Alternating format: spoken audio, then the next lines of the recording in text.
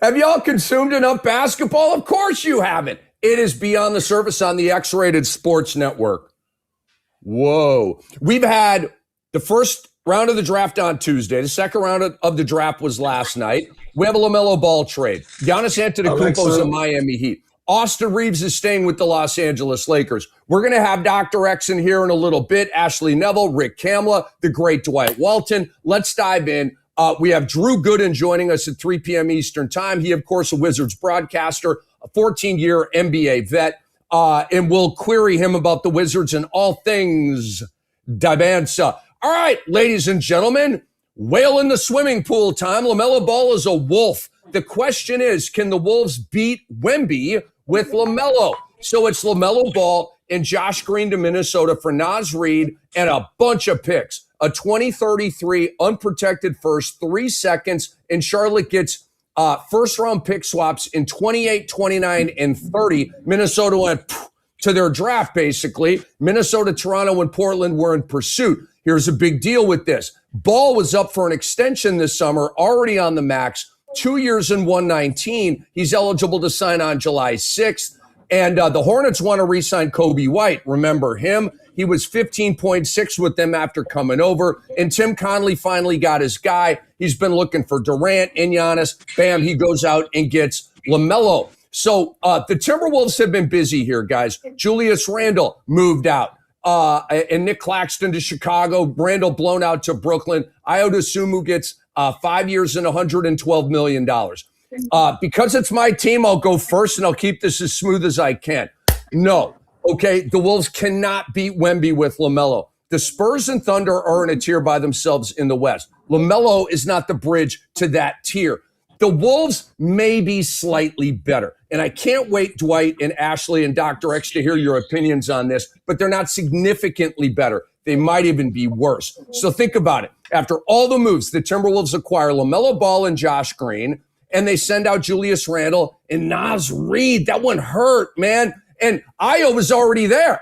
All right. Already had him. 5 and 112 just to keep that dude. Okay. Now that the Wolves have handed over several upcoming drafts to the Hornets, it's going to limit their maneuverability. Basically, it's Ant-Man and LaMelo against the world. And if that doesn't work out, is Ant-Man going to be pissed? He's already mad about the Karl Anthony Towns trade, and he is dear friends with Naz Reid. He's probably not that psyched that Naz Reid was in this deal. So I'm not psyched about this move as a Timberwolves fan. Feels a little lateral to me. And no, they cannot compete with Wemby or SGA in the West after all of these moves. Let's go to Dwight Walton here. Dwight, what's your thought on this, man?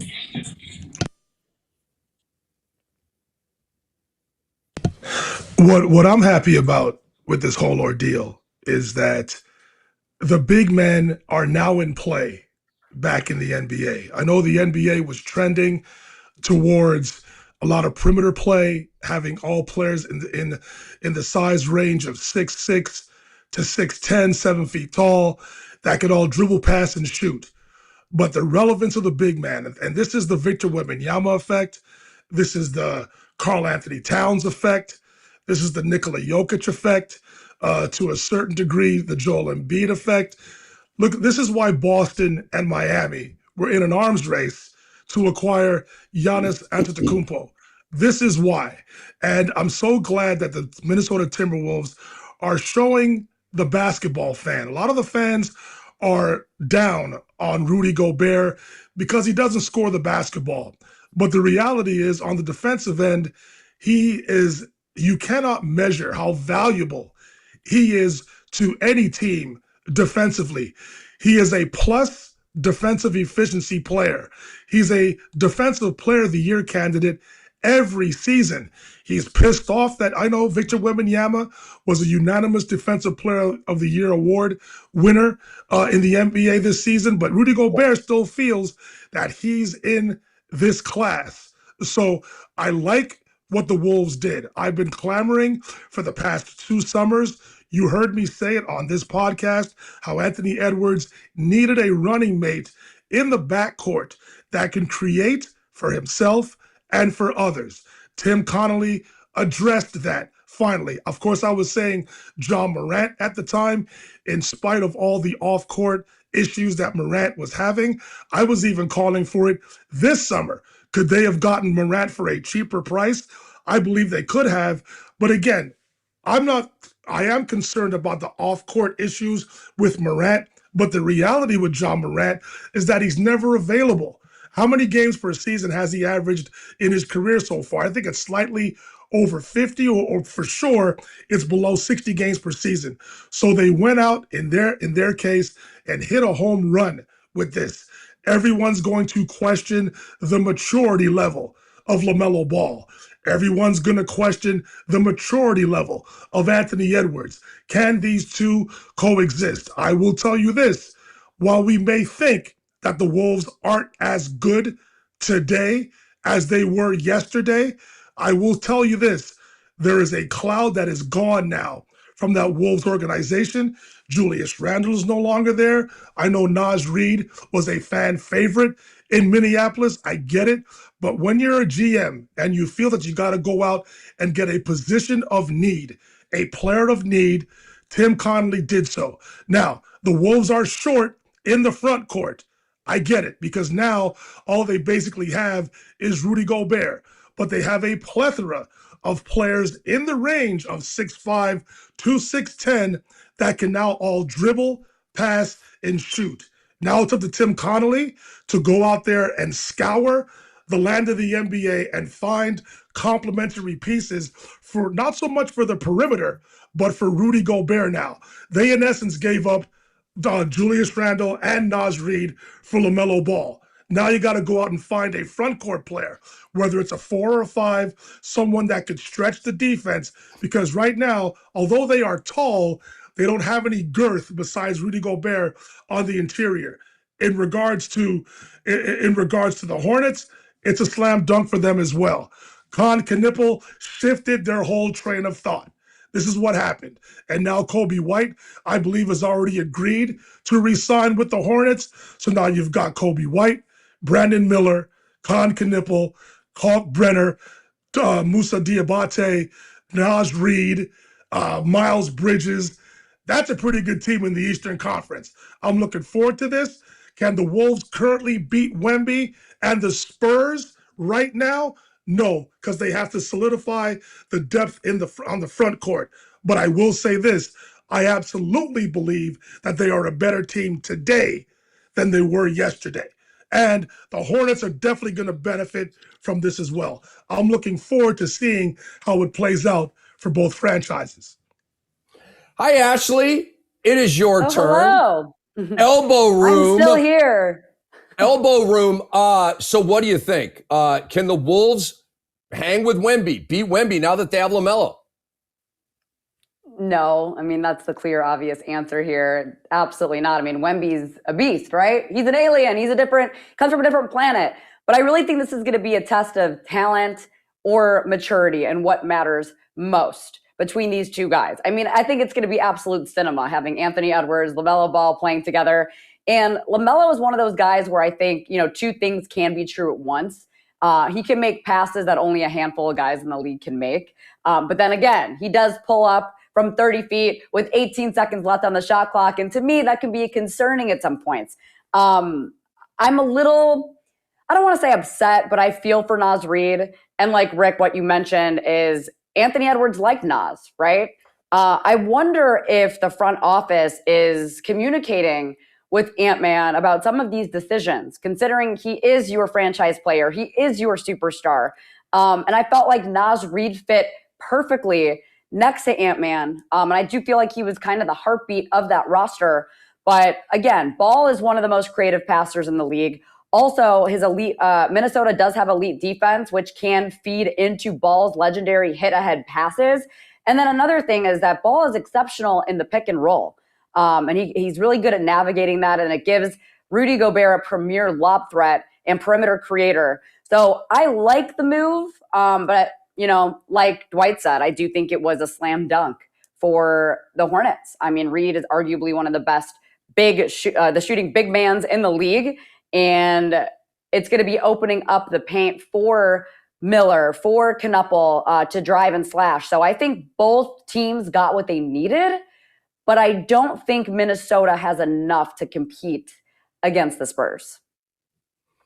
All right, I love the take. So a lot of us, it sounds like no to the top tier Wemby thing, San Antonio, OKC thing. So let's move on. Wolves made their moves. We'll see how it works out. I'm a Timberwolves fan, and I'm not geeked over here, so take that for what it's worth. Fallout from the Giannis Antetokounmpo trade. Let's go, baby. Miami gets Giannis Antetokounmpo and Bobby Portis. The Bucks get Tyler Herro, Jaime Jaquez Jr., Khalil Ware, Kasparis Yakachunas, essentially three and a half first-round picks. You get 3 first-round picks, including 13 in this draft, which turned into Nate Ament. Fantastic pick for the Bucks at 13. I thought he'd be a top 10 guy. And you get a 2030 pick swap and a 2033 second-round pick. Ashley Neville, you first. Are the Heat back with Giannis Antetokounmpo? No. Do I think they're better? Yes. I mean, it's only once in a lifetime you can get a guy who's arguably one of the best players in the world, right? But I do think they're going to need more shooting. They got rid of their core. They got rid of Tyler Herro. They got rid of a lot of their role players. So that's a little bit concerning there for me. I think they are better than last year, but I don't consider them contenders. I still want to see what Miami does this offseason because I already know. We know Pat Riley's not done. All right, he's got a couple tricks up his sleeve. We know how he works. But yeah, I mean, pairing him with Bam gives them arguably the best defensive front court in basketball. But defense is great. Do you have shooters surrounding you? Are you going to be able to score? So that's my biggest takeaway from this Miami Heat trade is they did give away a lot of picks. They gave away their future to try to win right now. And I get it. You're trying to compete against the Knicks. You're trying to compete against the Cavs. You're trying to compete against Boston. I totally understand the East is starting to, in my opinion, be a little bit scary. Everyone's saying the East is weak, and I think this year it's going to be a totally different story. So I think the Miami Heat are looking for right now, and I just don't think they have enough to get over that hump. If you're in a barbershop right now and you say the East is weak, you're going to get crushed by a lot of the hoopers in the barbershop. Just want y'all to know, an unpromotional announcement here, but we're fired up. We're octane. There you go, Dwight. Wonder Twins activate. Right there. Wow. Do I need to get Mountain Dew? Are you guys telling me I need to get Mountain Dew next time? It's on you. Yeah. It's on you. This could be some vicarious influence. But Dwight Walton, back to our story. Are the Heat back with Giannis?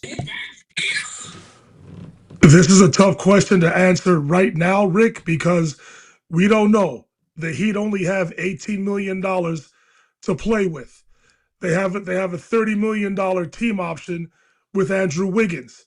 They're going to have to negotiate with him and convince him to take less money so they can keep him on the roster because as of right now, he's the only shooter of relevance on the roster. I believe he had his best season from distance, hovering around 40% this season.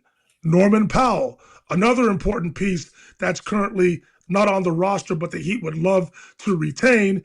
He's coming off his first All-Star season, his first All-Star appearance. He's going to want to leverage that. Now, as I've been jokingly saying to all of my West Indian friends here in Montreal, anybody that would listen, both Norman Powell and Andrew Wiggins are from Jamaica. They have Jamaican roots.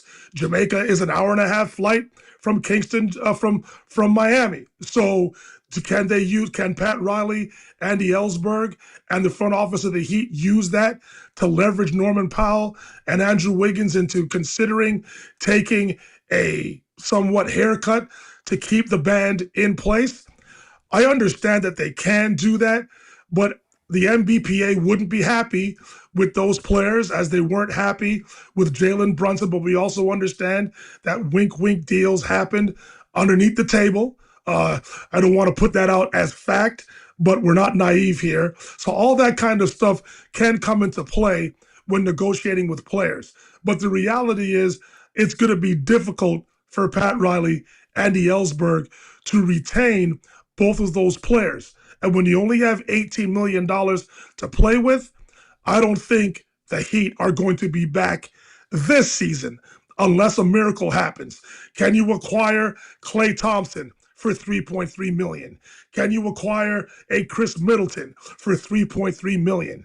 Can you acquire other players out there who are on the back nine of their careers, who are injury riddled, but are in shape enough and may fit a need for the Miami Heat to fill out that roster and to provide a roster, quite frankly, that needs shooters? I hear Russell Westbrook is also on the docket for the Miami Heat, if possible. These are all Davion Mitchell right now. These are all players that we're talking about, Norm Powell and Andrew Wiggins notwithstanding, that aren't known as players that can make shots from the perimeter. So as currently constructed, the Heat are not back with Giannis Antetokounmpo, Bam Adebayo. I know Bobby Portis is a 45% three-point shooter, but he's going to be coming off the bench. He will provide that, no question about it, and toughness as well. He is a Heat culture guy, if you believe in all that culture stuff in regards to Pat Riley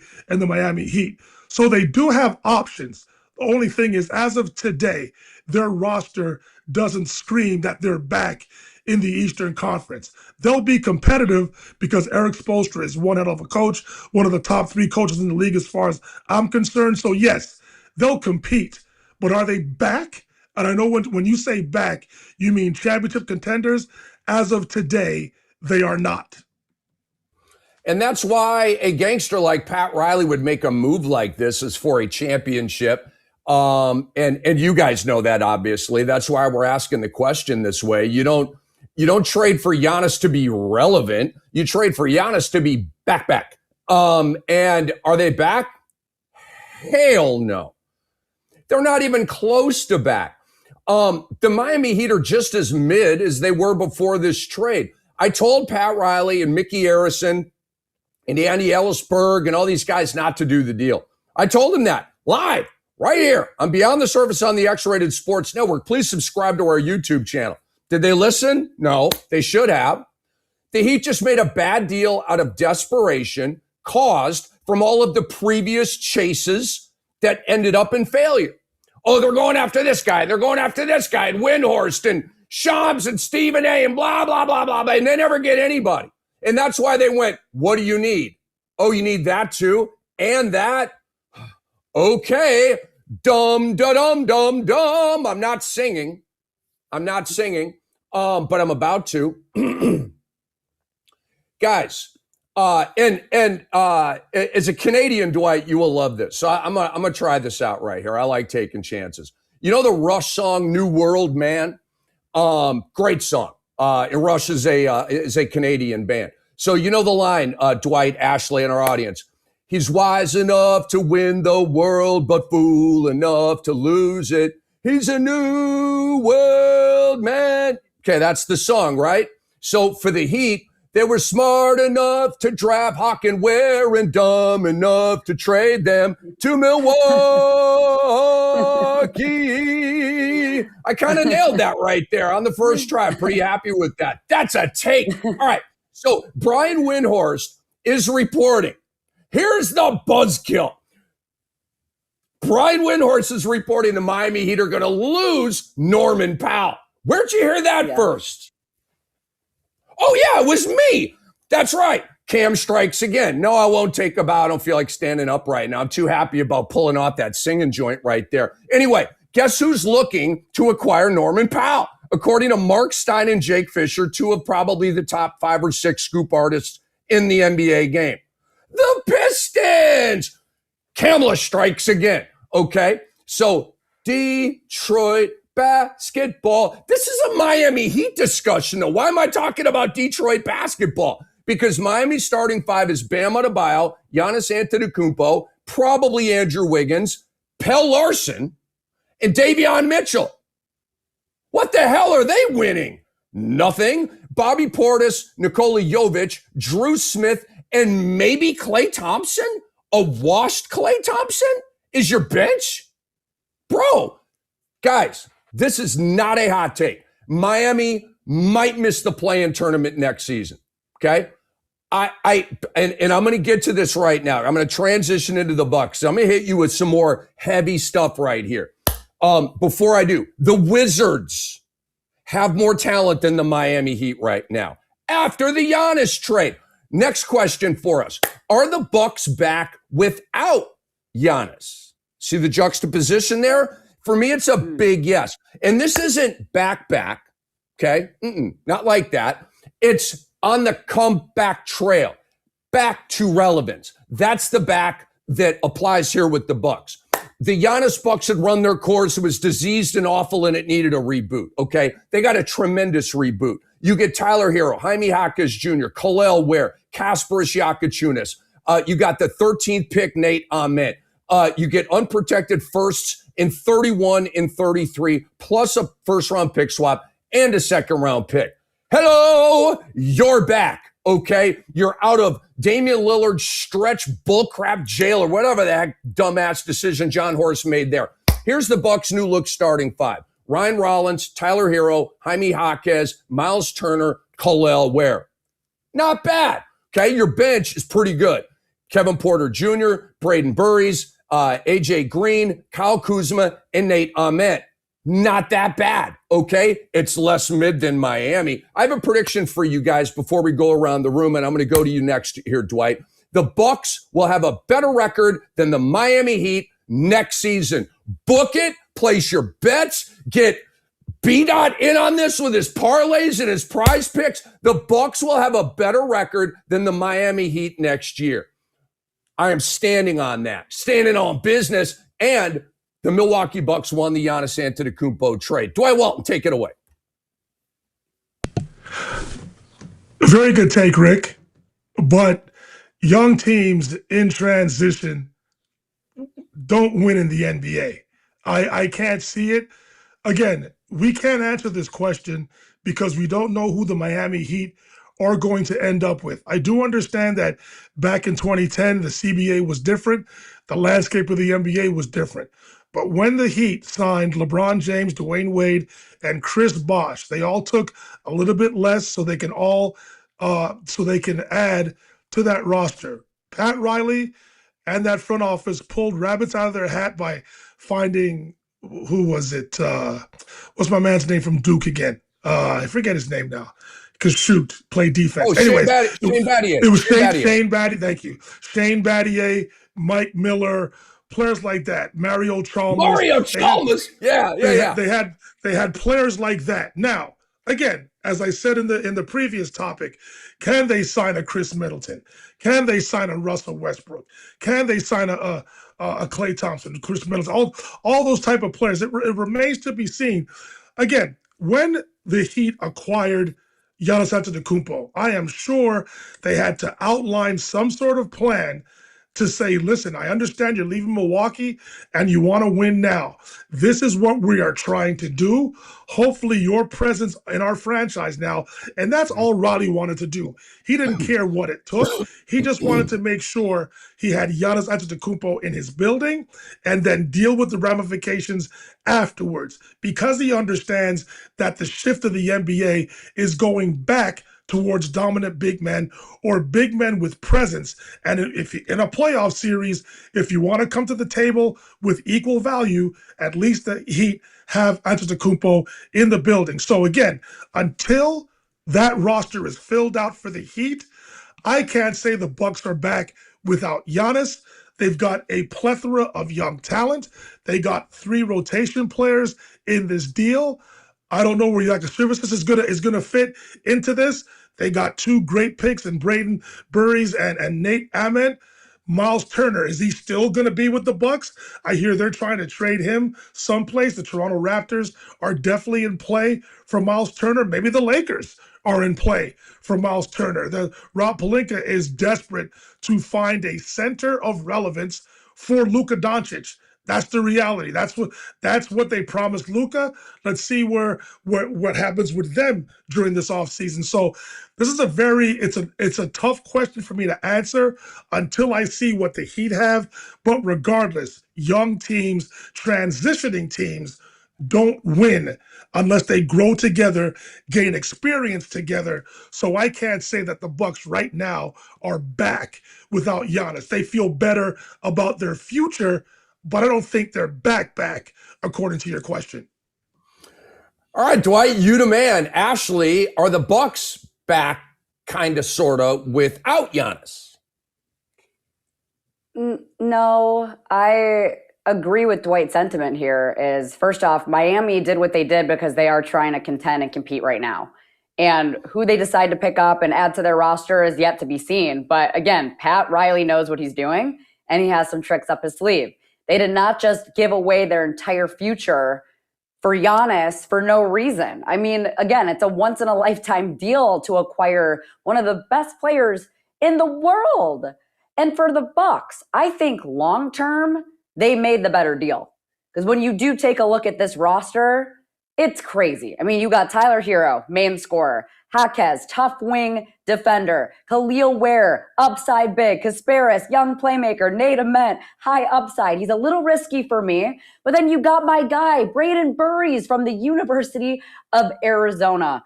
I mean, this guy, real guard creation, gives them downhill pressure. Better fit than just stacking front court pieces. So I really think the Bucks are thinking ahead. And they know they're not winning it all next year. That's pretty obvious. This is, I would say, like a semi-rebuild, because I still think they can make some noise this year, maybe make a play-in game. But I'm not going to go as far as to say they can't compete at a high level. I mean, look at the Spurs. Look at what the Spurs did with all their rookies, all their young talent. They didn't make the playoffs the year prior, and then they made it to the NBA Finals. So I'm not going to say that's completely off the table, right? Because these guys can mesh. They can gel. We don't know. They could give us a run for our money and completely prove us wrong. So I'm not going to completely count them out, but I do think they can make some noise. They could be maybe a play-in. They could show some spurts of like, okay, we like where they're going here. But I do think the Heat are trying to win right now. So I don't think the Bucks got any better, but I don't think they got worse. Rick, if I can interject a little bit here, what I do like about the Bucks is that let's just say best case scenario for the Bucks, if they pull off some miracle in the East and make a play in and eventually the playoffs, at least they know in terms of the front court, if Miles Turner is still there, they can go into a playoff series with some form of interior presence. As I said, Miles Turner, and you've heard me speak about Khalil Ware as being a poor man's Victor Wembanyama, especially in the Eastern Conference. The teams are lining themselves up to make sure they have relevant big people so they can compete in today's NBA. It's no longer just about having perimeter depth. Players that are versatile, athletic, can defend and knock down shots from distance. Now you got to come to the table with some form of interior presence, and the Bucks have it. Although it's a young player in Ware, but it's an experienced playoff player in Miles Turner if he's still in the picture for the Bucks. So yes, the Bucks aren't back without Giannis, but their future looks definitely bright. This team is going to grow together. And we'll see what happens, but I like the fact that the Bucks right now, as of today, have the interior part of their team covered with Miles Turner and Khalil Ware. Great add-on. Khalil Ware might win Most Improved Player of the Year next year. Just throwing that out. I think, like in fantasy basketball, I'm all about the homie right there. All about, I'm telling you right now, guys, he's going to put up big stats. Let's move on to Jaylen Brown. Okay. Jaylen Brown was not traded again. How do you guys think Jaylen Brown's feel? Oh, we'll get to that. Shams Charania reported the Celtics offered Jaylen Brown and 2 first-round picks for Giannis. How bleeping dare you, Brad Stevens? How bleeping dare you? I'm going to keep reading here. All right. Just to set this up for you all. And Ashley's going to go first on this one. Even after the Bucks agreed to the trade with the Miami Heat, the Celtics were still listening to trade offers from other teams for Jaylen Brown. Brad Stevens, dance for me at the press conference, right? I say dance for me because this is one of those pressers where you got to say something, but you don't want to say anything, right? Here's what Brad Stevens said. And if you read between the lines, he said a lot. He said, Jaylen Brown's a big part of us. What do you mean big, bro? Huge would have been the word there. He said, I'm never going to predict the future. He said, every indication, everything I think about over the last few years has been building around these guys. You never know. He said, but at the same time, the one thing I want to make very clear is how valued he's always been. Really? He's been amazing. He's been an amazing teammate and a great person to be around. Brad continues. I don't love the fact anytime it's a big public thing, we try to keep things close to the vest and as quiet as possible. Meaning he's shopping the hell out of Jaylen Brown and it leaked out. Okay, back to the story here. Brad Stevens. This is where it gets really interesting. From his presser, he said, whether it ends 10 years from now, he used the word end. Okay, whether it ends 10 years from now when he retires or before, there's a lot to celebrate. I mean, he's so gone. He's so gone. Okay, he said, we have a great relationship and an open relationship where we talk about everything. I highly doubt that, Brad. He said, but I don't want to predict the future. Okay, Brian Windhorst reports, I suspect Jaylen Brown has played his last game for the Celtics. Brian Windhorst, there's expected to be a bidding war for Jaylen Brown. Chris Mannix, the Celtics are looking for a big man and they're willing to trade Jaylen Brown for it, as Dwight has been saying throughout this broadcast. Chris Mannix, the Celtics are reportedly interested in moving Jaylen Brown for Evan Mobley. The plot is very, very thickened at this point. Ashley Neville, did Jaylen Brown burn his bridge with the Boston Celtics? Talk to me. No, I think the Boston Celtics burned the bridge with him. I think it goes the other way. Because they've been talking about him in trade talks for the last 4 years, even before Jaylen was going on the airwaves and giving his opinions about his play and not being the number one option on the team and wanting his own team and talking about his season without Jason Tatum and leading them as far as he did and being in the MVP conversation this year, winning a finals MVP, leading the way as a two-way player, I would say one of the best two-way players in the league. He has every right at this point to defend himself. I think Boston burned this bridge. And I get that Brad Stevens does want to keep this close and tight to the vest. And he does not, we never hear it from Boston out of their mouth saying, you know, we want to trade Jaylen. We're hearing it from media. We're hearing it from everyone else, all the hypotheticals. We've never heard Brad Stevens come out flat out and say, like, we want to get rid of Jaylen. But now I think it's getting to a point where it's obvious, right? I think they've been way too focused on, I guess, a small ball. And then they realize now we have to go out and get some bigs. And then I think another element to this, too, that I was looking into is to keep Jaylen and Jason together with their contracts limits them from being able to go out there and get more role players and guys that they actually need in the paint. So I don't think Jaylen burned that bridge. I think Boston did. And I think the media did. I'm sick of this 1A, 1B BS. Just let these guys play. They've proven they can make it to the finals together. Why not let them play? Why does it always got to be all these comparisons? So I think the media burned the bridge, and I think the Boston Celtics burned that bridge. I can't wait to give you my answer, but you're going to have to wait because it's Dwight Walton's turn. Dwight, did Jaylen Brown burn his bridge with the Celtics? I'm just going to continue the train, expound on what Ashley just said. We've been trying to break up this duo since they got together.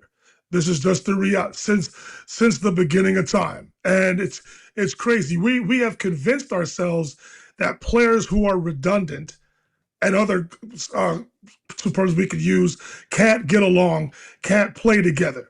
And I will say this, it looked to be going that way until Marcus Smart and his famous press conference after one, they were having an awful start to one of those seasons. I forget what year it was, what season it was.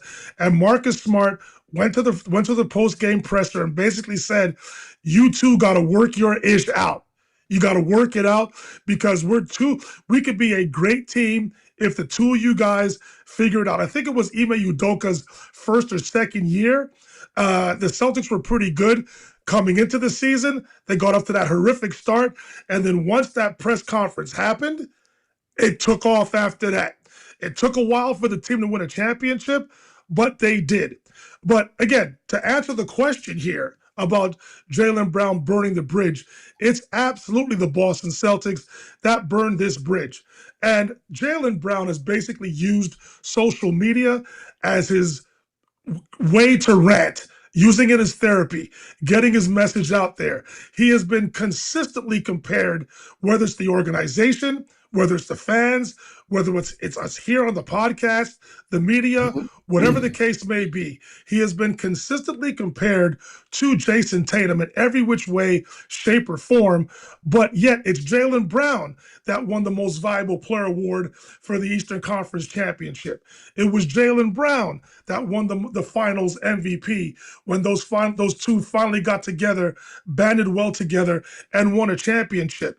Jaylen Brown is screaming for respect. He just wants to be acknowledged as a player that is wanted by an organization. But this offseason, and yes, he's been in trade movers for the better part of the last 3 or 4 seasons. That's just the business of basketball, the business of the NBA. I get that.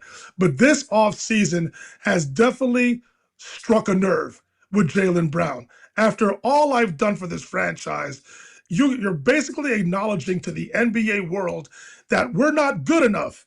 And so for us to be better, we need to trade away not Jason Tatum, but me, Jaylen Brown. That's what's hurting him here. I don't care what beef he's got with Stephen A. Smith, with Brian Windhorst, with ESPN, with FS1, with Colin Cowherd, with NBA TV, with NBA radio. Who cares? I just think Jaylen Brown wants to be acknowledged by his organization, the Boston Celtics, that in order for us to get better, we need to have both you and Jason Tatum, and we need to add on at the margins to keep ourselves relevant going forward in a very competitive Eastern Conference and to give us a chance to win an NBA championship. That's what's going on here. So Jaylen Brown did not burn a bridge. It's the other way around. And to a certain degree, it's us here on the podcasts, the fans, and the media. For whatever reason, we've been trying, except for the Boston Celtics fan base, we've been trying to break up this duo for pretty much both of their entire careers in Boston. Let's see how this thing plays out. I don't know how it's going to play out, but it's pretty clear that Brad Stevens feels that it is necessary to keep Jason Tatum and to dangle Jaylen Brown in regards to trying to improve the Celtics going forward, because it's simply an arm race to try and find a center of relevance, an interior presence of relevance to contend for the foreseeable future in today's NBA. All right, so it's 3 for 3 here. No, Jaylen Brown did not burn his bridge with the Boston Celtics. He might have nuked it, but he didn't start it. He didn't start the fight, right? The Celtics burned their bridge with Brown first. The Celtics sent the first cannonball whizzing over the bow of Jaylen Brown's boat. Okay, that was back in 2022. We're all still, should I wear a mask? What's going? Am I going to get to anyway? We were emerging, right? The Celtics included Jaylen Brown in trade negotiations for Kevin Durant. And the bridge was burned. Right then and there. Brown was pissed. He tweeted SMH at the time. He liked many tweets coming from fans and media that said he was being disrespected, telling you that he felt disrespected. I did some digging today and AI told me, because I'd forgotten this little nugget. Jaylen Brown set up a 3-way call with Brad Stevens and Jason Tatum. Oh, to get clarity on their direction. That's not Wick Grossbeck. That's Tatum. As in, what the bleep, dudes? I thought we were homies. And now you're trying to trade me for a guy who plays half a season every year? KD, I'm sorry. It was just a joke. It was just a Cat Williams-esque joke. I love you, bro. It's all love, man. But I mean, seriously, Jaylen Brown's like, are you serious right now? We're on this ascent. We're in the East Finals every year. We're knocking on the door of a chip, and now you want to trade me? Bleep you, buddy. I would have been the same way. And then there's the most disrespectful non-decision, well, kind of a decision, a front office has almost ever made. I'll just get to it because that setup sucked right there. Check this out. Shams Charania reported the Celtics were unwilling to include Hugo Gonzalez and Baylor Shireman in the Giannis trade. But they were willing to include Jaylen Brown in the Giannis trade. Psst, that's a slap in the face. And I'm not going to put the derogatory word in front of slap. You all can do that yourselves, okay? But I'm not going to say it doesn't apply here. Are you serious right now? No. You can't have Hugo and Shireman, whose name nobody could pronounce, okay? I think we call him Blake on our show, all right? And you're holding those guys over Jaylen Brown as a future Hall of Famer. Brad Stevens, are you okay? You're willing to trade a Finals MVP that got you your ring, buddy, but you don't want to trade Hugo and Blake Shireman. It was just a joke. I know it's Baylor. Have we entered the Twilight Zone? Is Brad Stevens okay? Seriously, did Brad Stevens hit himself on the head in the kitchen? You know, one of the cupboards left open. You go, phew, and it's so sharp. You want to scream as loud as can be, right? Is he drinking the same water as Walker Kessler is out there in Utah? Because he's cuckoo for Cocoa Puffs too. Maybe Brad should lie down, drink some water, catch your breath a little bit, bro. Maybe the job's getting to you. Maybe the stress is getting to you. Look, I have Jaylen Brown's back. Always will. Okay? I love this dude. Look what the Knicks are doing to people. I love who he is. I love him as a player. Go ahead, Ashley, because that's all I got to say. But no, he did not burn the bridge. The Celts did that. I was just going to say, the Knicks have made everyone lose their damn minds. Agreed. Literally, that's all it took. That's all it took was the Knicks to win the NBA championship, and all these teams are freaking the F out. That's the only way I can explain it, because there's no other explanation. Yeah. Thank you for saying, yep. You take a look at Miami. They're freaking out. Oh, my God, we need a reliable big. Oh, my God, Boston, we need a reliable big to take on Karl Anthony Towns. Every other team now is panicking because of the New York Knicks. And I think that's the only explanation for why Brad Stevens is going cuckoo for Cocoa Puffs.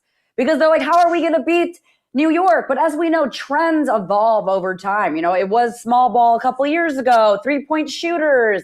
And now it's kind of shifting into the big men again, and a versatile big, a guy that can stretch the floor. So the Knicks have caused so much chaos in the NBA right now. It is insane. And listen, this is where you've heard me say it. I'm proud of the NBA because of the parity the CBA has created to where the GMs and the front offices have to do their jobs now. And I'm glad you expounded on that, Ashley. The NBA, the landscape has shifted back to the big guy. As a matter of fact, I think it has shifted to where every team wants to have their cake being versatile perimeter players, and they want to eat it too by having an interior presence. This is what Victor Wembanyama, Nikola Jokic, Karl Anthony Towns, all the Chet Holmgren. Why do you listen? For as good as we think the Oklahoma City Thunder are, right? And the way their roster has been constructed, we can discuss whether the Spurs would have beaten the Thunder had AJ Mitchell and Jalen Williams been healthy for the Thunder. But it is what it is. You play who's in front of you. The Spurs won the Western Conference. But Sam Presti didn't rest on his laurels. He went out and was praying that Adai Mara from Michigan would fall into his lap. And lo and behold, Adai Mara fell into his lap. I was here panicking saying, watch Yaxel Lundenberg fall into Sam Presti's lap. But you know what? Sam Presti was praying that the Golden State Warriors would take Lundenberg before him, and Adai Mara, 7'3", 255 pounds, has experience from out of Spain, is a national champion with the University of Michigan Wolverines, and now he's a major part of what the Thunder want to do going forward. Because of whom? Victor Wembanyama, Nikola Jokic. The center is back in business in the NBA. So this is why Jaylen Brown, sorry, man, the Celtics don't value you right now. They were trying to get Antetokounmpo. It is what it is. This is where the NBA is going. And there's strong rumors that still could hatch that Boston might send Derek White to Minnesota for Rudy Gobert. It's a lot less likely now, I would say, because Minnesota's loaded with guards and they lost the bigs with Randle and Reaves. So they're probably not going to do that now, but that's another small for a big that was at least talked about. All right. So I just have one more point to make on this, and I want to talk draft before we bring on Drew Gooden. He is a color analyst for the Washington Wizards. He'll join us in about 12 minutes, okay? If you're Boston, and Ashley, I love what you do. Everybody's freaking out because the Knicks won, and we heard that Boston, doesn't feel like they can beat New York as constructed, right? Okay, I said, where's the program arrogance, okay? This is Boston, by the way. How much arrogance is in Boston? The city was crafted on arrogance, and a lot of it unfounded. Don't get me started. Anyway, where's the program arrogance? Where is it? Dude, you want to chip with these guys too, okay? You didn't win it last year or the year before, but it's not that long ago, you had a freaking parade in Boston with these guys. And, we can't compete with it. Man, shut up, dude. Program arrogance, bro. Flex on these, man. I mean, dude, we don't even know. Tatum misses game 7. You get blown out. Maybe you beat New York with a healthy Tatum. It's asinine to me. Brad Stevens, you are effing this up, and you have had a pristine track record up to this point. All right, I'm going to simmer down. I'm going to lower my voice, and I'm going to ask Dwight Walton a very, very important question. Is AJ Dibansa going to win Rookie of the Year? Go ahead, Dwight. Of course, I have some very close ties to the Washington Wizards, and I would love to say that AJ Dibansa is going to win the Rookie of the Year. However, he along with Darren Peterson, have a pretty star-studded roster that they're going to fit right into. So I think by default, and based on the betting odds from Vegas and other betting websites, Cameron Boozer is the one that should be the favorite to win the Rookie of the Year, because just by default, he's going to have more opportunity to do a lot more things. Now, of course, we don't know what's going to happen with John Morant going forward with the Grizz, but I like the draft choices that the Grizz made here. They're going to be a very, very good team. We'll see how Tomas Isolo handles the situation going forward. Dwight, I'm sorry. Dwight, I gotta come in super quick, just sarcastically. Sorry. When what? Memphis.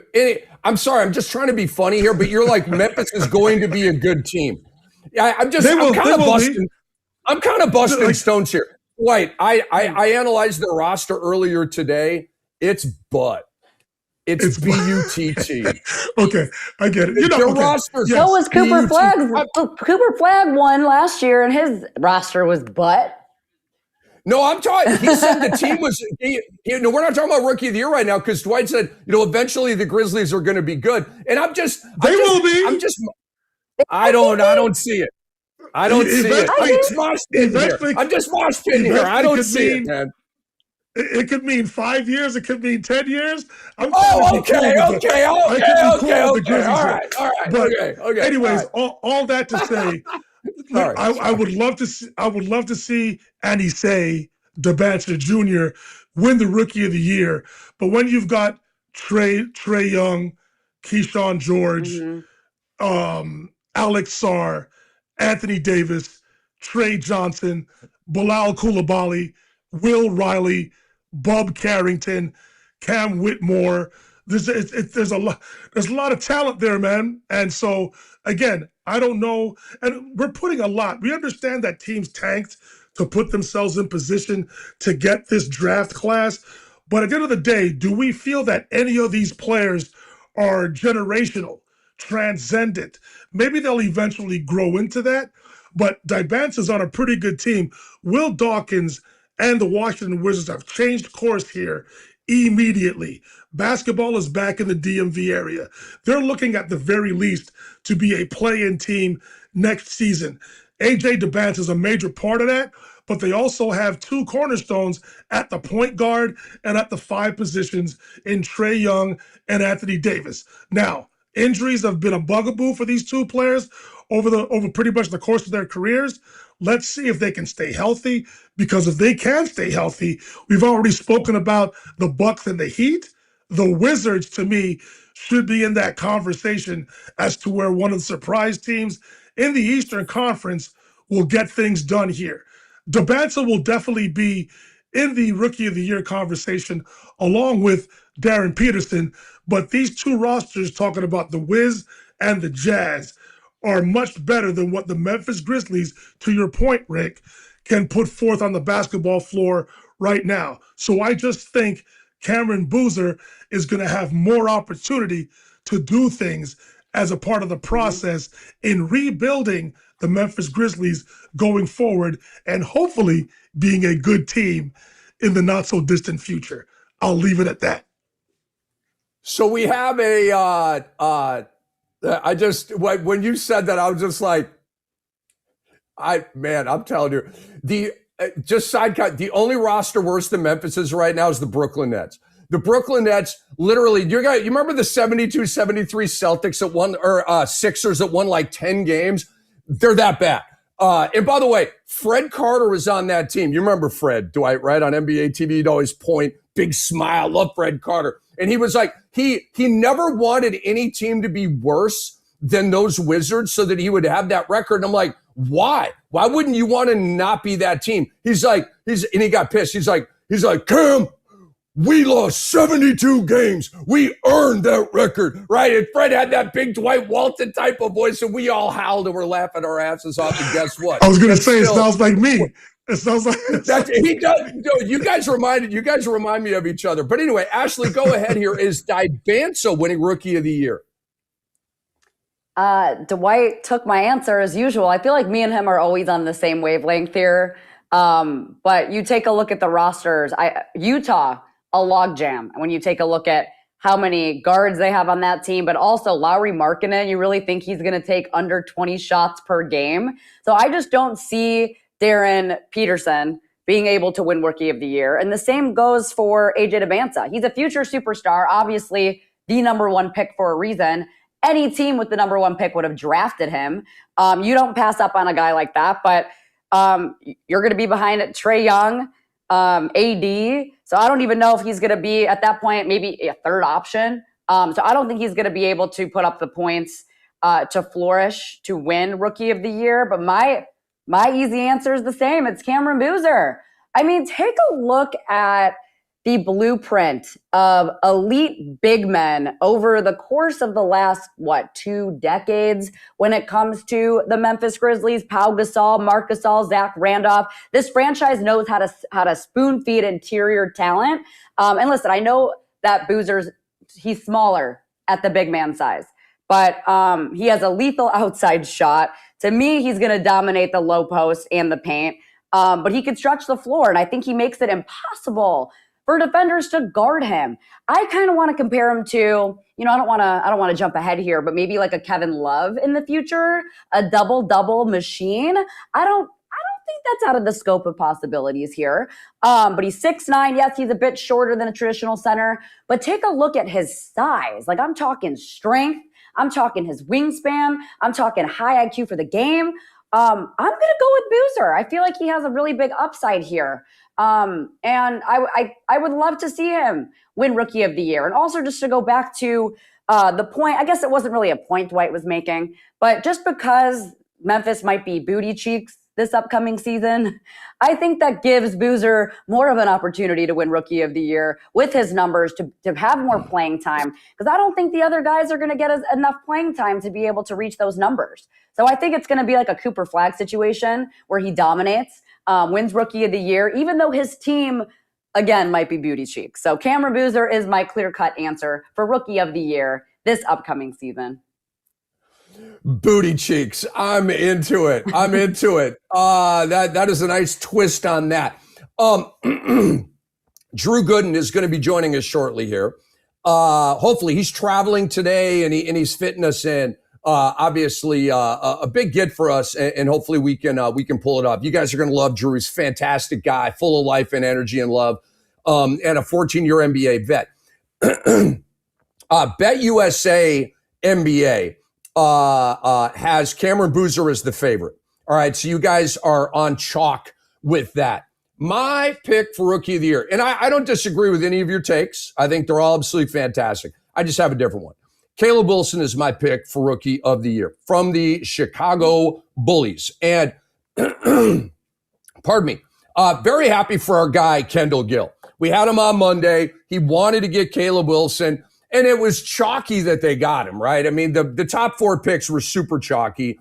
Number 1, Dibanza, 2, Peterson, 3, Boozer, and 4, Caleb Wilson. We all saw that coming. There were no surprises there at all. The Wizards, as you guys have been saying, have a lot of talent, okay? So think about it. Dibanza is probably the Wizards' 4th option to begin his career. Assuming Davis is there, and who knows, or if he's healthy, but you have Davis, Trey, and Alex Sarr, who did break his foot or whatever it was, but they're expecting him to be ready for the start of the season, all right? So just, it's a buzzkill, but he should be there. The Jazz have, Keyshawn George, Markkanen, Jaren Jackson Jr., and to a lesser degree, Kessler, who's a lob threat and that kind of thing. But where does Peterson slot in there? 3rd or 4th option? Probably most nights the 4th option, right? So the opportunity is not going to be there as much. Here's my problem with Boozer. I don't have a problem with him, okay? When you are on a team that is BUTT or booty cheeks, your team sucks. It's hard to do things on a team that sucks. And I know anybody can get numbers on a crappy team. Not necessarily, okay? And think about this. How many times are the Grizzlies going to be down 27 with 4 minutes to go in the 3rd quarter? Is Boozer really going to play a lot in the 4th quarter of that game? I'm just saying, when you are booty cheeks, stuff tends to go wrong, okay? Your starting 5 projected right now. Nobody wants Ja Morant. Minnesota's out on him. New Orleans is out on him. Memphis, that's your mess, brah. Sorry. Ja Morant, Jalen Wells, Cedric Coward, Cameron Boozer, and Zach Edey, who never plays. Got to be the worst starting 5 in basketball right there. I bet the Nets are putting out a better 5 than that. Okay, here's your bench in Memphis. You have 3 backup point guards, Ty Jerome, Cam Spencer, and Walter Clayton Jr., who I like a lot, and he's buried. You have Kareem Lopez, the rookie, the first Mexican first-round pick ever, Gigi Jackson, Santi Aldama, and Isaiah Stewart. Boozer actually has 2 other legit vets to compete with playing time at his spot, Santi Aldama and Isaiah Stewart. And Gigi Jackson can play the 4 too. All right, now let me sell you on Caleb Wilson. He is coming in hot. He is talking GOAT. And And, I mean, I just like, the confidence. I ain't coming here to be a guy. I'm coming in here to be a GOAT. Okay. All right. I have heard some ball players in the past say things like, settle down, young fella. But I ain't going to do that to him. He's all gassed up. He just got drafted and he's going to Chi-Town and he's cleared for takeoff. Here's the Bulls starting five, guys. Nic Claxton, nice sneaky little get for Chicago, right? Caleb Wilson will be your 4. Matas Buzelis will be your 3, a la a Franz Wagner type. Isaac Okoro, last year of his deal, grindy 3-and-D type of player. And then you have Josh Giddey. Is that team winning a lot? Hell no. Okay. That's not the question here. Wilson's going to be the second option, even ahead of Matas Buzelis. You heard that here first. Matas Buzelis is really good. I like him a lot. But Caleb Wilson is wired more as a star than Matas Buzelis is. Caleb Wilson is a star. Matas Buzelis was a Lithuanian star and all that, but it's just different. It's just different. More of a role player type of vibe than a star player type of vibe like Caleb. I think that's why Matas will be 3 and Caleb will be 2. And then obviously Giddey's going to have the ball in his hands most of the time, but Giddey is a pass first point guard. About 20, 10, and 10 is his stat line. Could Caleb Wilson be the number 1 option and average 22 a game on the Chicago Bulls? I think it's possible. I really do. So Caleb Wilson is my pick for Rookie of the Year. Before we move on, just want to see if anybody has any additional comments or if we can move on. Just let me know. I think Isaiah Stewart's going to get playing time over Cameron Boozer when it comes to shooting, shot creation, passing. All that guy does is provide a tough physical presence to punch guys in the face, make them bleed, and get ejected from the game. Let's just call it what it is. I mean, I think it was a great get for Memphis. He fits that style so perfectly. But let's just be real here. Cameron Boozer's not battling for minutes against Isaiah Stewart. He's not there for that. He's not there for that. So that's all I wanted to say. Dwight, let me just interject this. And I'm going to set you up. Do vets like Isaiah Stewart and Santi Aldama at the same position as the high-prized rook, do they take that personally in practice? And are they going to be gunning for Cam Boozer's playing time? Oh, without question, they're going to be gunning for Cam Boozer's playing time. That's all I'm saying. But hold on now. As we spoke about in the NBA Finals in regards to De'Aaron Fox and Dylan Harper, business is going to take over here. And no matter how well Isaiah Stewart and Santi Aldama perform in their roles, the whole idea for taking Cameron Boozer in 3rd for their organization is to put him on the floor. They're going to want to promote him. He is now the future face of the franchise because I think the ship has sailed unfortunately, for John Morant. So they're going to want to go forward with Cam Boozer as the face of their franchise. This is no slight nor disrespect to Walter Clayton Jr., to Cedric Coward. They've got some very good, Zach Edey. They've got some very nice young talent in Memphis, but Cam Boozer is Cam Boozer. The family lineage, Carlos Boozer having a career in the NBA, being a face in the media, all this plays a part in terms of the business aspect for the Memphis Grizzlies. So no matter what beef stew Isaiah Stewart does, nor Santi Aldama, they'll get their playing time. They will be a part of the rotation going forward for the Grizz next season, but this is all about Cam Boozer.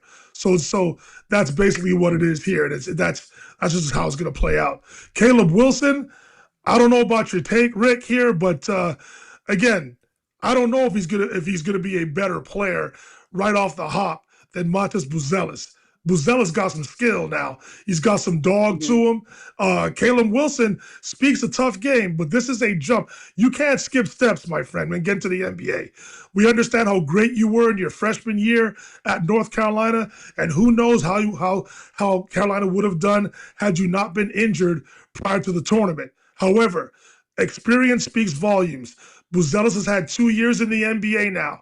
He understands the life. He understands the sleep pattern. He understands when to go party and when to not. He understands when to get up, get to the weight room, and what to do as a pro. Caleb Wilson doesn't know how to do that yet. So let's not put all this pressure on him to be a second option. Let him ease into his opportunity. And then once he gets acclimatized to how to use the NBA to his advantage, he will then be a much better player. But let's not heap all of that pressure on Caleb Wilson just yet. His comparison is Shawn Kemp. Let's see if he can reach, and hopefully, with all due respect to Shawn Kemp, exceed Shawn Kemp over the course of his career. Hey, Ashley, apparently Dwight has sources in nightclubs all around the city of Chicago, scouting and monitoring the partying habits of one Matas Buzelis, if he's even into that. And all I want to know is DJing at these nightclubs that Matas Buzelis is allegedly kicking it at. Yeah, I'm a fan of Matas. I am. I couldn't believe he fell to 11, Dwight. I had him as a top 5 talent in that draft. That was the Shepard draft, the Klingon draft. Guys like that. I had Buzelis in the top 5 of that draft. One of the only picks, one of the only decisions that Arturas Karnisovas got right. I mean, what a horror show his run in Chicago was. And I hate saying that because I'm buddies with the guy, but I go way back with Arturas, but my goodness. Ugh. I mean, it was horrible. Like, ask AI. How many bad moves did Arturas Karnisovas make as the Bulls coach? You're going to be reading until tomorrow, okay? Hold on, Rick. If I could say one more thing, is to Ashley's point. To Ashley's point again in regards to Isaiah Stewart. I'm on many group chats, as you know, and I was saying the same thing Ashley said. Even JB Bickerstaff, Trajan Langdon, and the Pistons got sick and tired of the act that Isaiah Stewart was bringing to the table. I don't know. I think that was money. Okay, besides the money, I get it's the business of basketball. But also, I think Isaiah Stewart's main goal was to go out there and to be some sort of tough guy trying to relive the bad boy situation. That is not what the Pistons needed. Paul Reed provided everything that Stewart provided in terms of the toughness, but you also know what he provided? Defensive rebounding, and he could put the ball in the basket. They made a decision that while Reed can bring all the physical attributes that Stewart does, Paul Reed could also score the basketball. Paul Reed's a dog in his own right. Isaiah Stewart, I think, needs to use that experience in Detroit and understand there's a time and place to be physical and to be the enforcer. Don't do it for all of the playing time that you're going to get for the rest of your NBA career. There's a time and place for it. Just don't do it all the time, because it became, as far as I'm concerned, and pretty apparently to the Detroit Pistons organization, it became counterproductive. There's a time and place for it. Just don't do it all the time. So Isaiah Stewart is a young man that appears to have some anger management issues. I think that's a pretty soft way of saying that. And getting banished to Memphis. Nothing against the city. It's the team. It's the BUTT roster. It's the Ashley Booty Cheeks roster. If you think he's going to be happier in Memphis than he was in Detroit on the top team in the East, you are sorrowfully mistaken. Okay, Adam Silver, you better get ready. You better get ready to hand out. To Isaiah Stewart's going to be roughing homies up next year. Just, he's like, I'm in Memphis. This sucks. I'm playing 10 minutes. We lose every game by 30. Our roster's booty cheeks. And anyway, wow, that was a tough Isaiah Stewart conversation right there. I like this tweet, comment right here from Duke 3 M only 71. Isaiah Stewart is a FedEx Zach Randolph. I don't really know what that means, but it's funny. I'm like laughing at a joke that I don't really get. Ashley, can you help with the interpretation? I feel like this is a generation gap thing, maybe. I don't know. Yeah. I would say he's more of like a Timu Zach Randolph because Zach provided so much more, but he was also You know what, really tough. Ashley, you know what? For all the time you've been on our podcast, I thought it was booty cheeks. But for you to go the Timu angle on this one, that is a monster take, my dear. That is awesome. I've ordered with a capital A. I have That ordered is one thing. I have ordered one thing from Timu. Okay, I ordered some shorts off of Timu. Okay, like I'm like a 34 waist, right? They were like a 26 waist, dude. I'm telling you, a skinny woman would not have been able to wear these shorts. Okay, and I'm 6'2", 180. I got a waist of 34. I didn't even try them on. I'm like, dude, these are like child shorts. I will never order anything from Timu again. That was such a great singer right there. Yes, Ash, that was awesome. Listen, I need to mention this. All right, I just reminded myself. The one thing I am looking forward to with the Memphis Grizzlies, he is on their roster right now. He's from Montreal. His name is Omax Prosper. He needs to be spoken about some more. He had some fine moments towards the end of the season. Did he take advantage of the aforementioned booty cheek roster in Memphis? Sure, he did. But I think he made himself, he acclimatized himself pretty well towards the end of the season. I hope Omax gets another opportunity with the Grizzlies next season. Let's see how this roster plays out over the course of the summer. But again, being from Montreal, his family is one of my closer families that I have here in the city of Montreal. So we need to talk about Omax as well. The future is bright for him. I don't know if it's going to be in Memphis, but he's definitely got a solid NBA career ahead of him. That's for sure. I love the shout out. He is in a very, very, very crowded position, though, being a larger forward with all of the guys that we just talked about. But he is under contract with the Grizzlies, and he did have some moments. I flirted with him in fantasy basketball at the end of the season. Just a little flirtation in the pause basketball sense.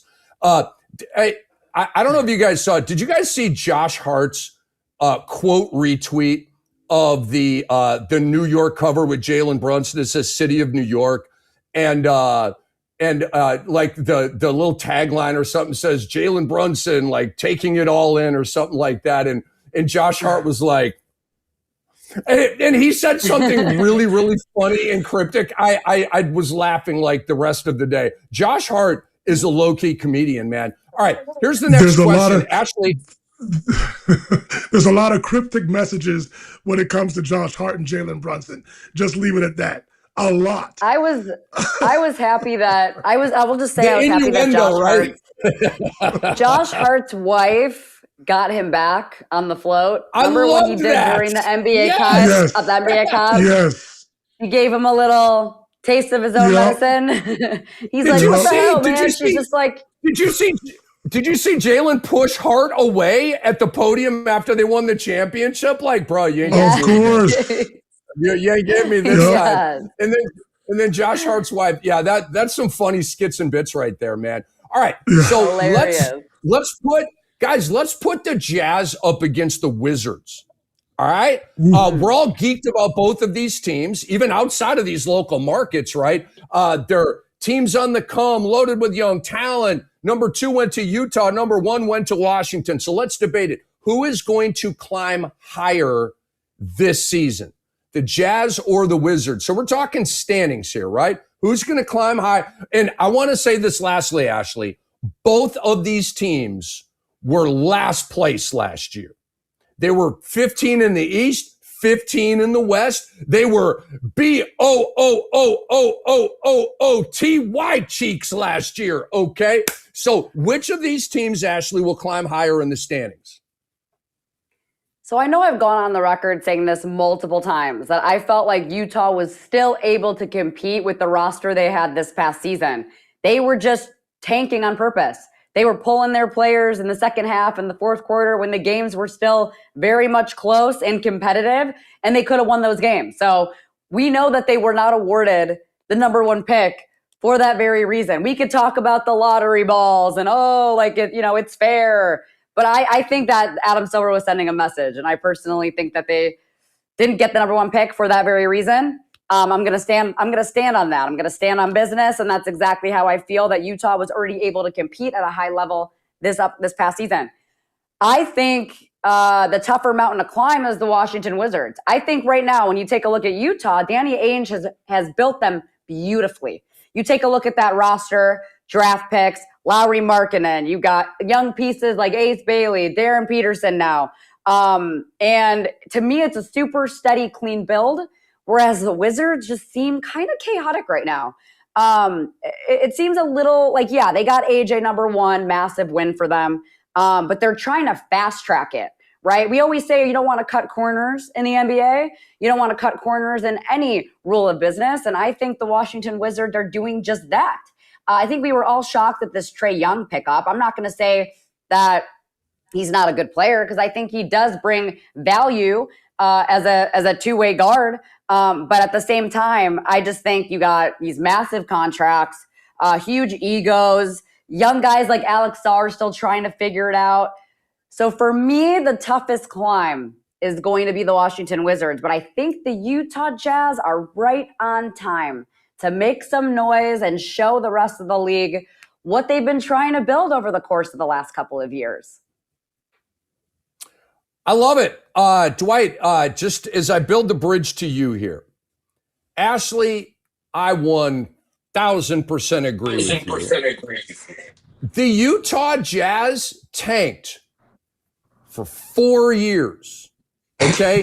The first 4 years, a presidential cycle, they tanked. Okay? You talk about Sam Hinkie and Philly, 4 years. The first two, they would play till about 50 or 55, 60% in, earnestly, right on the cusp of the play-in tournament. And then they go, shut everybody down. We're tanking.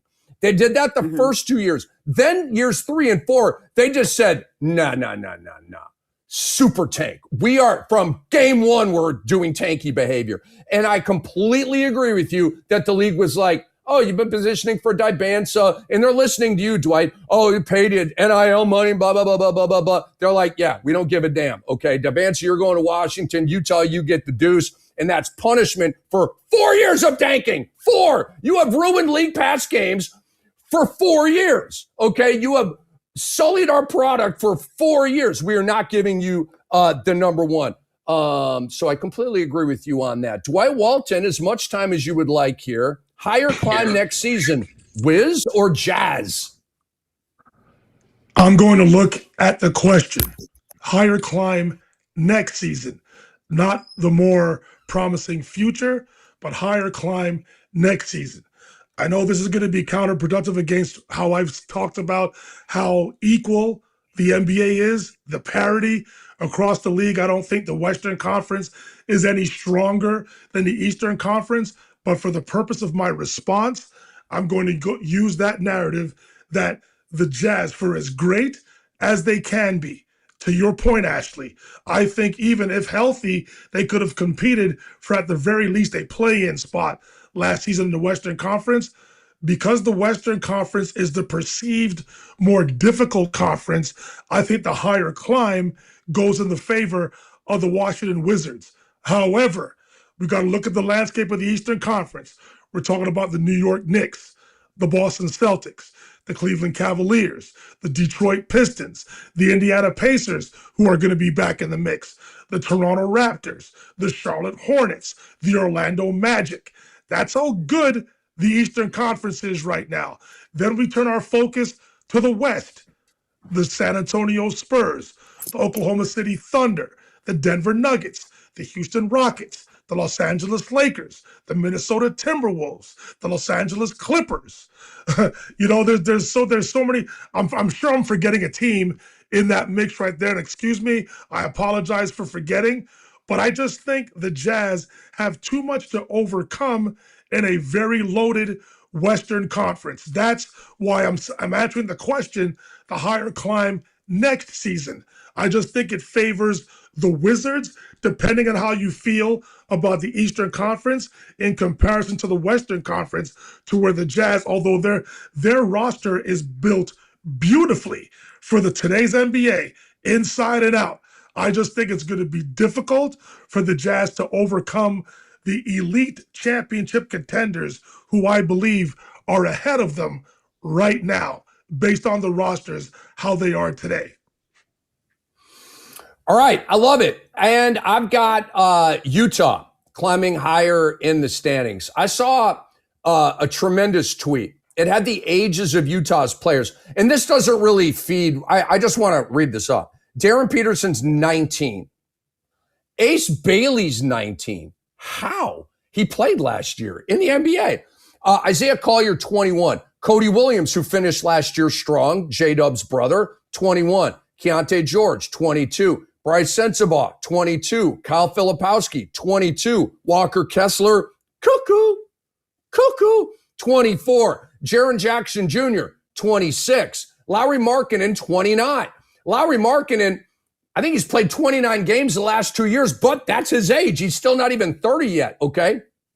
They're going to have Ace Bailey, a top 5 pick last year, coming off the bench this year, okay? Utah's freaking low-key loaded, man. All right, so Utah has a more talented roster than Washington. That's reason number one why they're going to climb higher.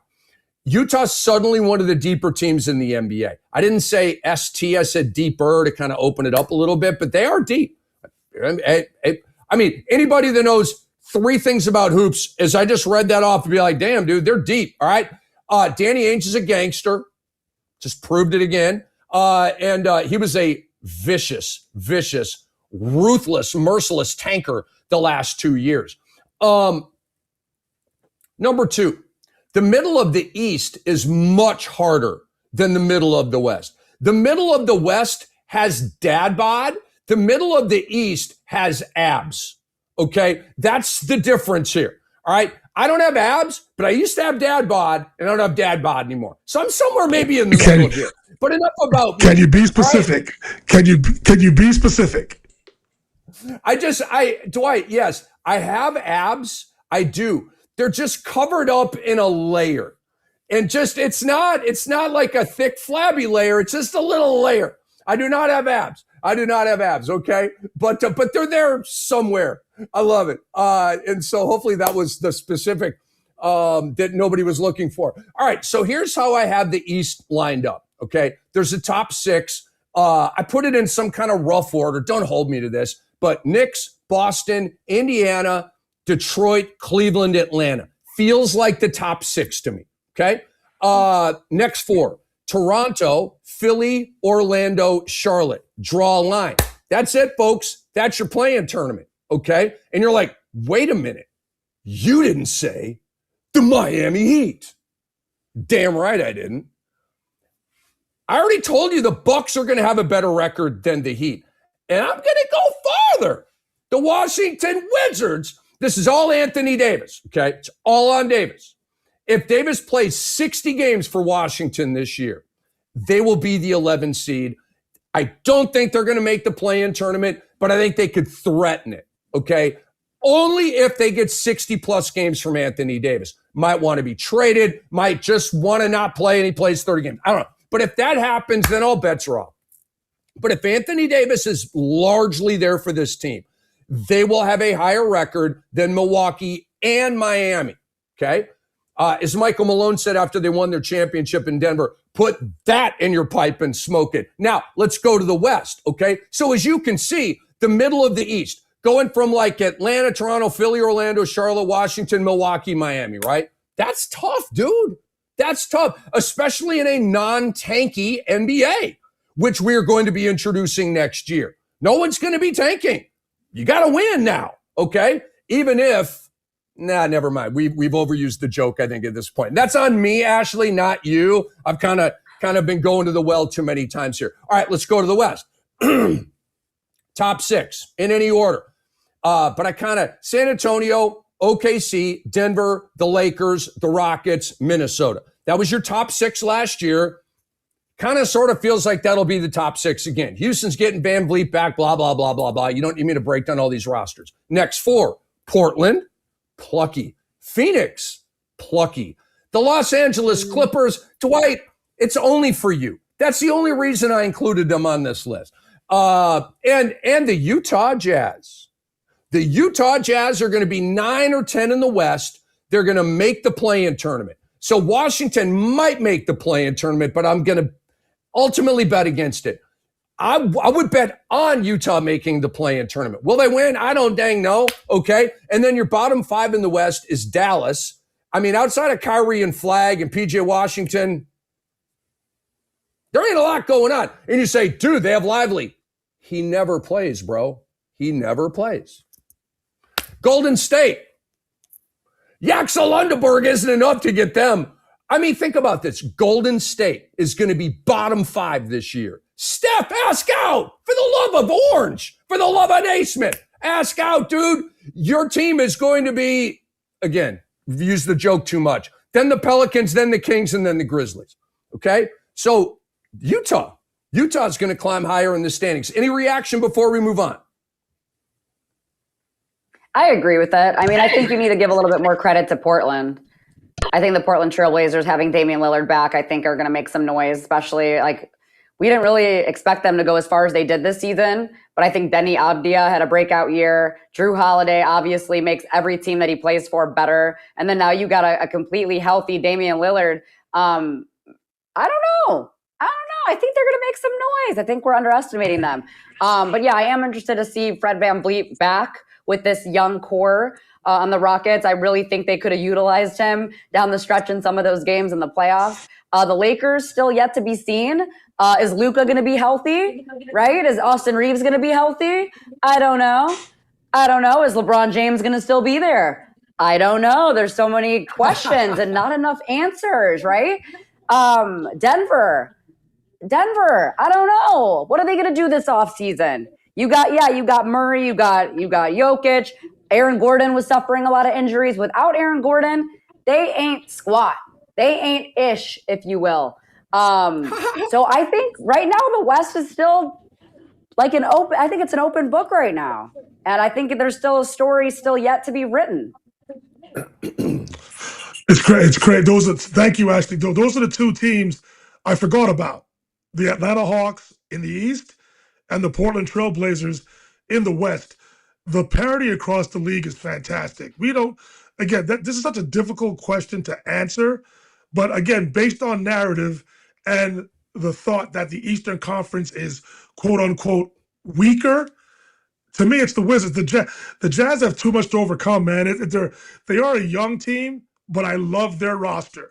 But the Wizards, to me, have the better shot at having the higher climb. That's the only reason, because of the narrative. If we believe that the Eastern Conference is weaker, I know the East only has to beat one Western Conference team to win the championship, but the reality is the Knicks are the champion.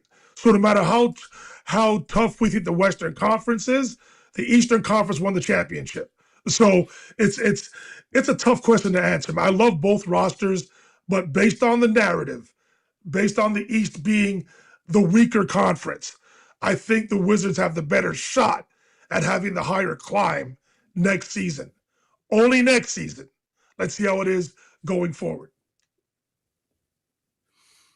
I don't understand the East is weak narrative. I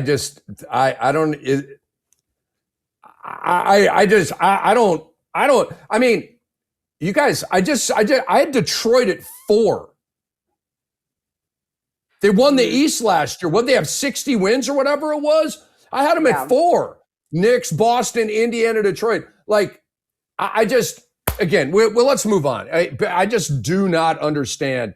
You have San Antonio and OKC. It's guys that don't know ball. I guess, but you could go team for team, 3 versus 3, 4 versus 4, and all that kind of stuff. And when you but I mean, when you take a look at the West, if you see teams that are just outrageously winning way more games, to me that shows that there's actually a weakness in the Western Conference.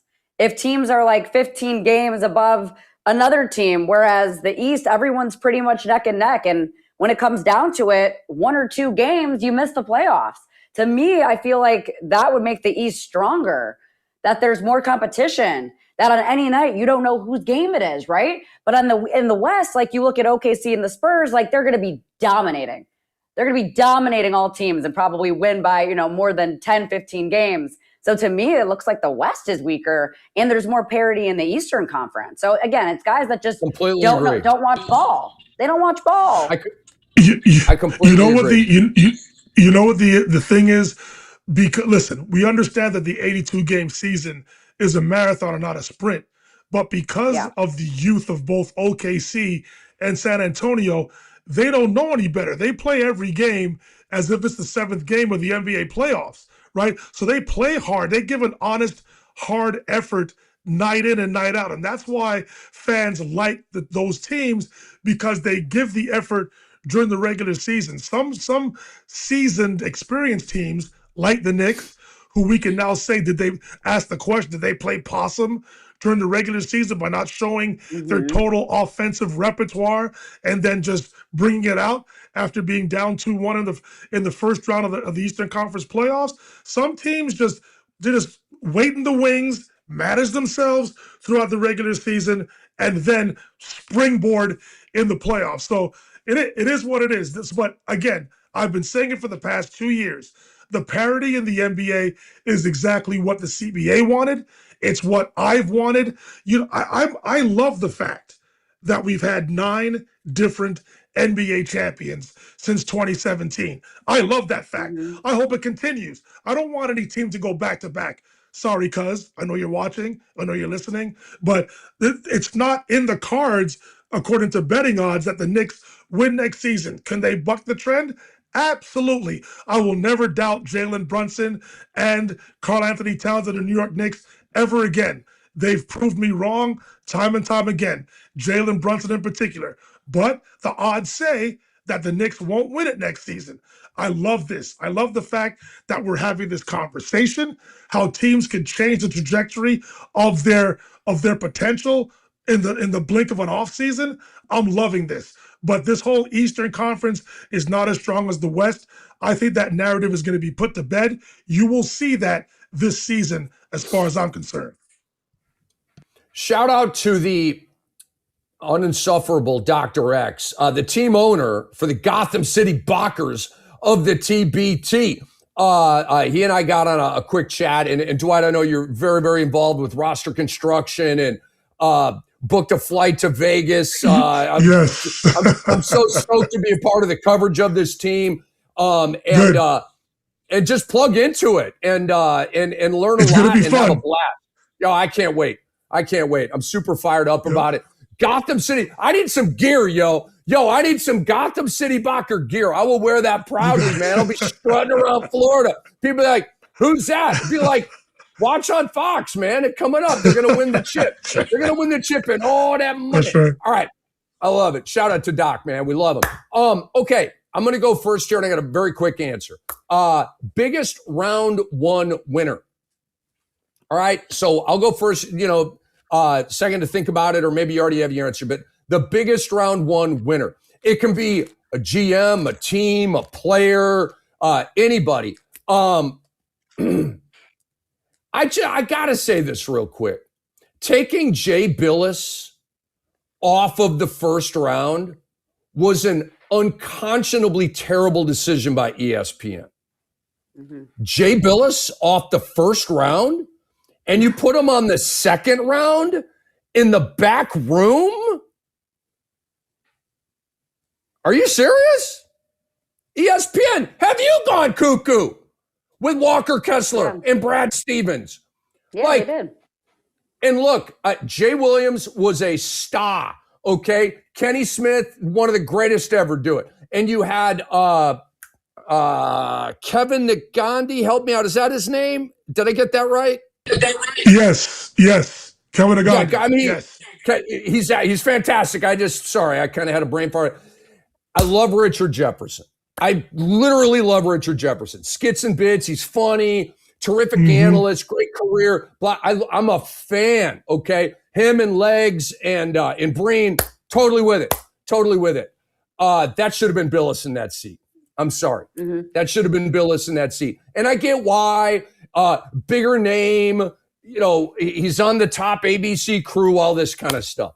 But how dare you put Billis on the backstage on day 2? How dare you? All the knowledge that we missed out, right? Watching the first round. Dude, I go to school on Jay Billis, okay? We watch the NBA in a little college, right? I watch the first round of the NBA draft like I'm back in college at class, learning about pick 17, Agreed. pick 24, pick 28. And Jay Billis's info is the best at that, okay? Agreed. I'm sorry. I had to get that off my chest. And you guys can expound on it if you want. But here's my biggest round 1 winner. And then Dwight, I'll go to you. My biggest round 1 winner, I'll keep it quick. The Chicago Bulls, okay? They were the biggest riser in the NBA draft lottery. Remember, they went up 5 spots. They were not supposed to be in the top 4 of this draft. And I say this with all due respect to Acuff and all these other guys and Wagler and all these other guys. But this was, as they say, a 4-guy draft, right? Like a 4 monster draft. And you got that 4th guy. Okay. That's why I say Chicago is the biggest round 1 winner. Goes all the way back to the NBA draft lottery. I've told you I think Caleb Wilson is winning rookie of the year, and shouts to our buddy and good friend Kendall Gill. All right, Dwight, take it away. Just wanted to expound on your thought on your take there. When it comes to the NBA draft, there's 3 people I'm going to listen to: the aforementioned Jay Billis, Fran Fraschilla, and Tom Crean. Those are the 3 guys that I'm going to listen to. Rick, you know this. Ashley, you've heard Rick say this. If I'm not watching television, I'm in my car listening to NBA radio. And that's where I've come to love Rick Kamala, Antonio Daniels, the whole crew on NBA radio. But when it comes to the draft coverage, outside of Jay Billis and Fran, who I know through recruiting and the collegiate ranks from back in the day, Tom Crean to me should also be on television giving his thoughts on the NBA draft. Better than Seth Greenberg. I'm just checking. Better than Seth Greenberg. Yes. I love Uncle Seth. To Mike Greenberg I love Seth Greenberg. Trust me.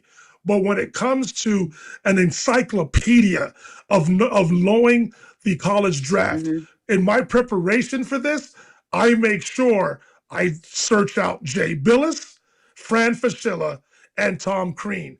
Those guys just give me a whole lot of what I need to understand, talk about, and articulate. Those are the top 3 for me. Now, to answer the question, the biggest round 1 winner, I'm going to keep it team specific here. I think it's 2 teams: the Oklahoma City Thunder and the San Antonio Spurs. The Thunder understood what they lacked. Yes, AJ Mitchell and Jalen Williams didn't play, and it could have gone differently in the Western Conference Finals had those 2 played. We've said that ad nauseum. I understand it.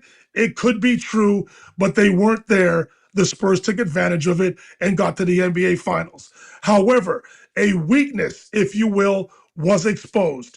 Chet Holmgren, for whatever reason, didn't come to the party, especially in Game 7, taking 2 shots and finishing with 4 points. I don't know what happened. Was he afraid of the physicality? Was something wrong psychologically? Is Victor Wembanyama his kryptonite? I don't know. But he's all up in his head. That's fine. But Sam Presti addressed a need by going out and getting the 7'3", 255-pound Adai Mara from the national champion University of Michigan Wolverines. That was a need. It's an insurance policy in the event that the Thunder lose Isaiah Hartenstein. That's the way the CBA is. I don't know if that's going to happen. Let's see how that roster spot opens up or if it doesn't. And they went out and got another player who's just going to fit their system. Bennett Sturts out of Iowa. He can dribble, pass, and he can especially shoot. He knows how to pass. He's a very good, he's an underappreciated athlete. He can put the ball on the floor for 2 or 3 dribbles. He can make decisions off the dribble. But what's his specialty? He can definitely knock it down from distance. So what is paramount in today's NBA? Perimeter player with size that can be defensive, can be competent defensively, and can make shots from distance. So the Thunder, Sam Presti again, went out and acquired or drafted players of need for today's NBA. And in regards to the San Antonio Spurs, they understood the assignment.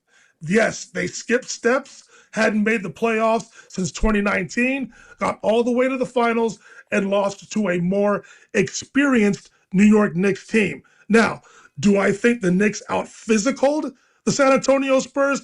I don't. But were the Knicks physical enough? Yes, they were. But who got the brunt of that physicality? Their franchise changer and transcendent generational player, Victor Wembanyama. So what did they do? They went and got out 2 enforcers who understand their role without even being spoken to. They know why they were drafted. Kentucky's Jaden Quaintance and UConn's Tarish Reed Jr.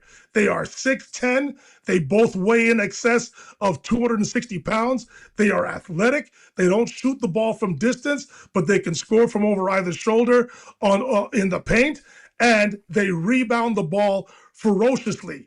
Tarish Reed Jr. had a 31-point, 27-rebound game in the tournament. That's enough to get my attention.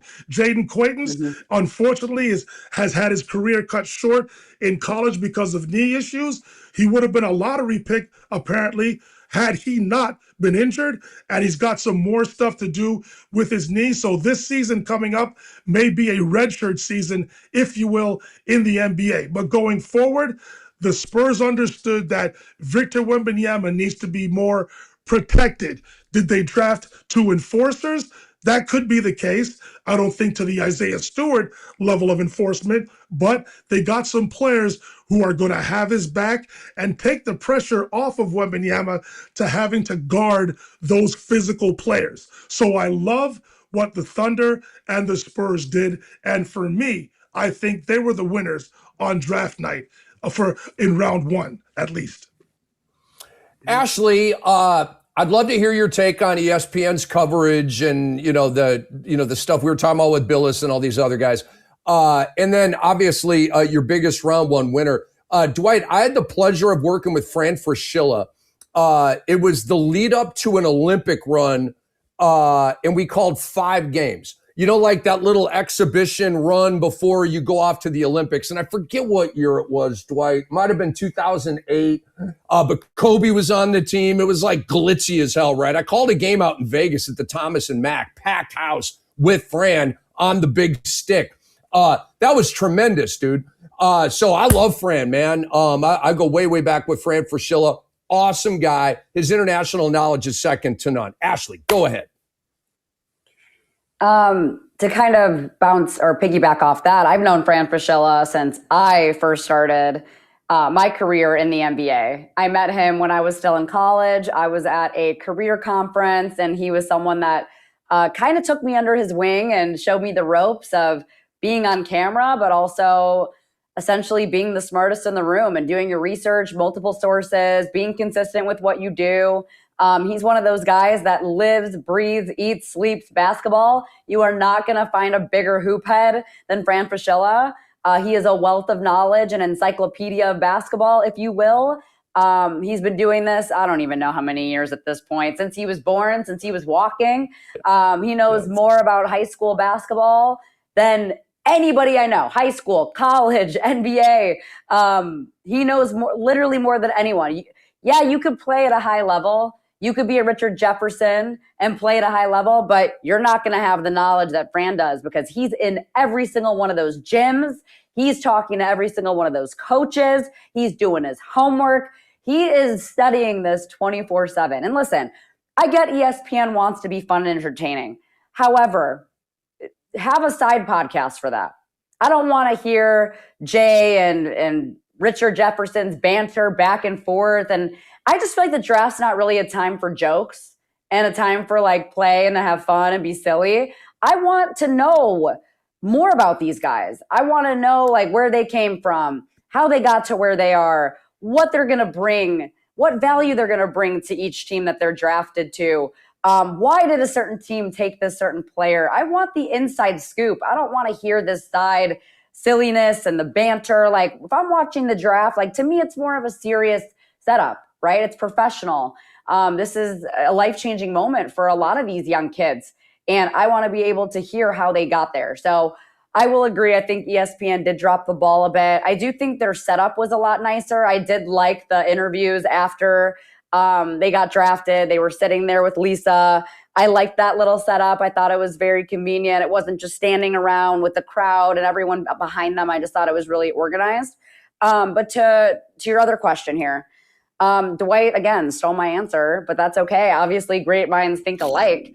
I'm going to say OKC was the winner of this draft. I'm going to say the same thing. And the reason I say that is because they know who they are. They have an identity.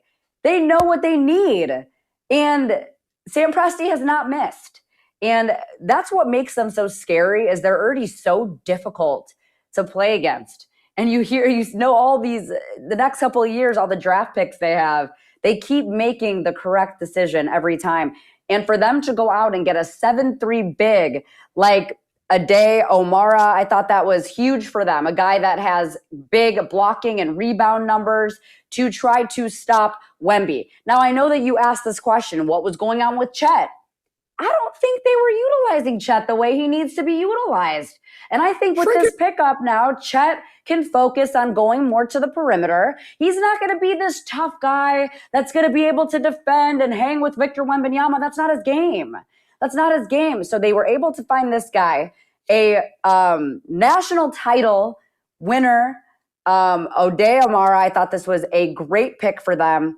But I do want to give San Antonio some credit as well, just like Dwight made. They needed to get some high IQ help, some other bigs that can kind of take that defensive pressure off in the paint, allow Wemby to do his thing along the perimeter in terms of guarding, in terms of shooting. But I think overall, you know, OKC's not drafting randomly here. They know exactly who they are, what they want.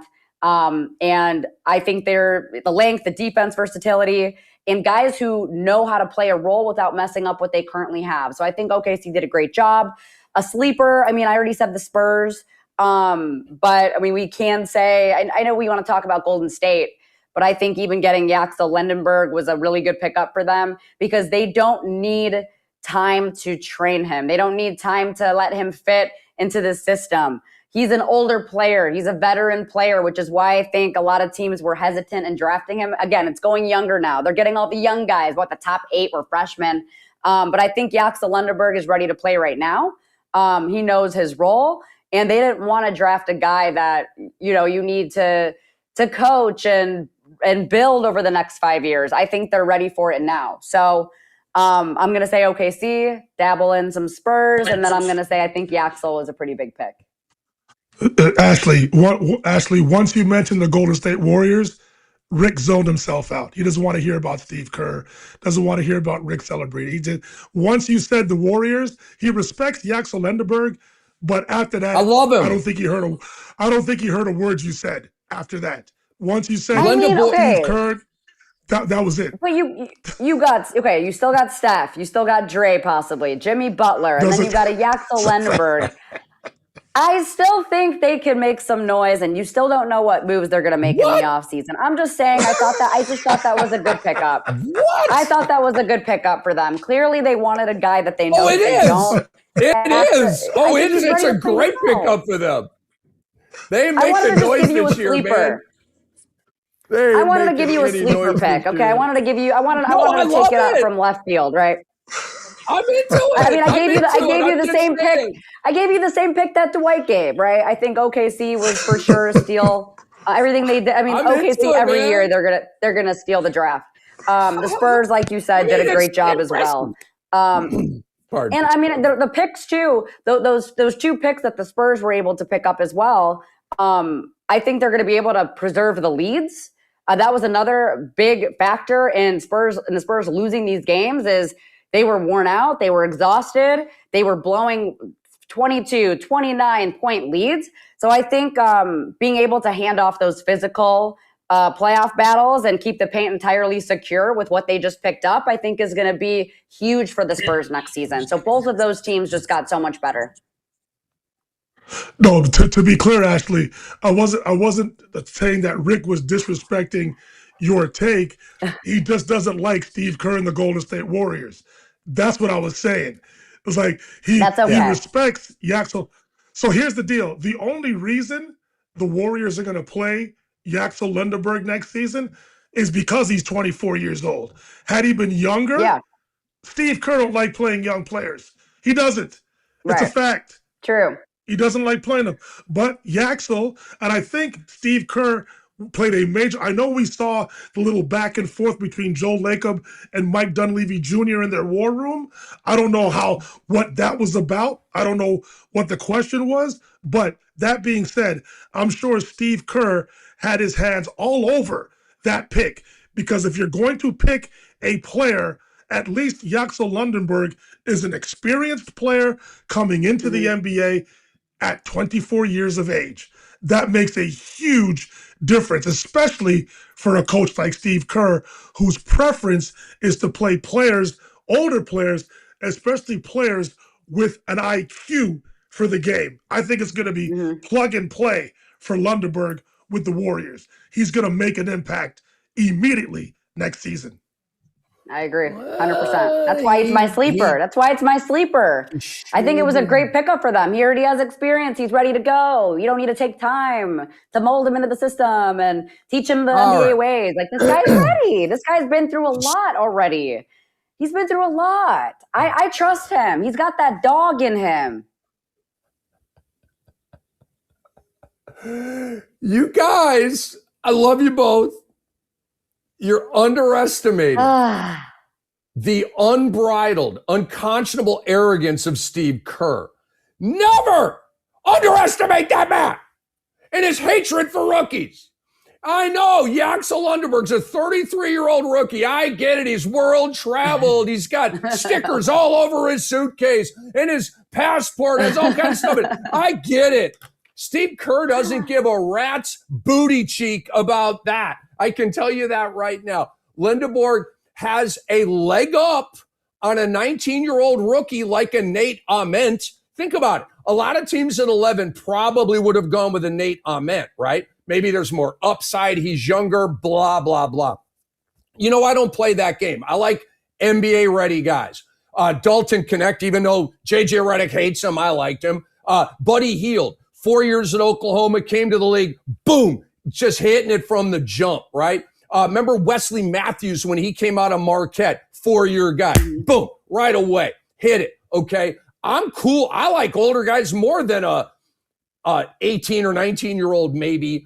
It's case by case, right? There's some 18, 19-year-olds you're like, gosh, bless, look at that guy. You know what I mean? But anyway, but yeah, no Moody, no Butler. There ain't no noise. The noise that needs to happen in Golden State is Steph Curry asking for a trade. That's the noise we need to hear. And I will die on this hill. I know Mike Dunleavy's got the phone and Joe Lacob's like, posturing and gesturing. Steve Kerr is the shot caller of this team. There's no question in my mind about that. None. Do you guys think Steve Kerr would have re-upped with Golden State had Lacob been like, yo, man, Dunleavy's going to call the shots and you have input, but he's ultimately the loudest voice in the room? Kerr would be with ESPN right now had that gone down that way. I absolutely promise. Never underestimate the arrogance of Steve Kerr. Where did Steve Kerr get his arrogance? Okay. Steve Kerr got his arrogance from the most arrogant human being who has ever walked the planet. Dwight Walton, do you know who I'm talking about? Michael Jordan. No. I'll give you another guess. You're very, very close. You're very, very, very, very close. Is it Phil Jackson? Yes. Phil Jackson? Ding, ding, ding, ding, ding. Yes, it is Phil Jackson. There has never been he is the Hall of Fame of arrogance, and there's nobody else in it. He is the Hall of Fame of arrogance. Like Phil Jackson's arrogance, it grosses me out. Like I'm not a Phil Jackson guy. I don't want to have dinner with him. I don't want to go out to the wilderness of Montana or wherever the hell I don't care. Phil, stay surly and arrogant and annoying, and all that. I've interviewed him. I've been around him. I've experienced his aura. It's gross. I don't like it. I mean, first of all, if he said, Rick, I would really like to take you out to like a Steak 44 Mastro's dinner to chop it up over some basketball, you might go. You might consider going.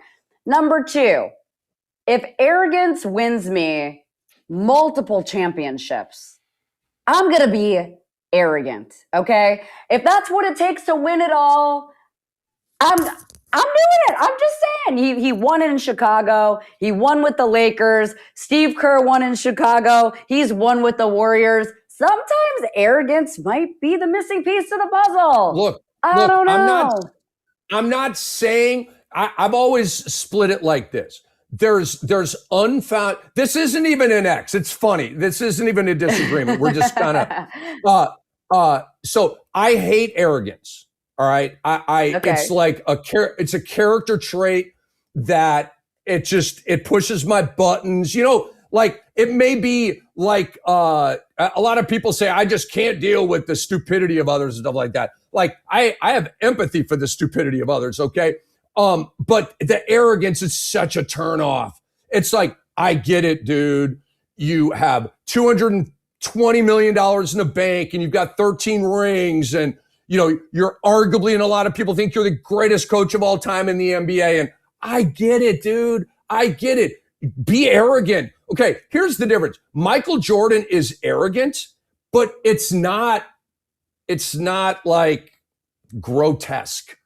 We're in a very weird debate zone right now on arrogance, but the dichotomy that I've created is there's unfounded arrogance, which is the worst. Okay. And I'll give you an example of that in 1 second. There's unfounded, undeserved arrogance, and then there's deserved and earned arrogance. Jackson has earned his arrogance. Kerr has earned his arrogance. I'm not taking anything away from them in that regard. I just wish they handled themselves with more grace and empathy and dignity. Okay. Now, back to the unfounded arrogance thing.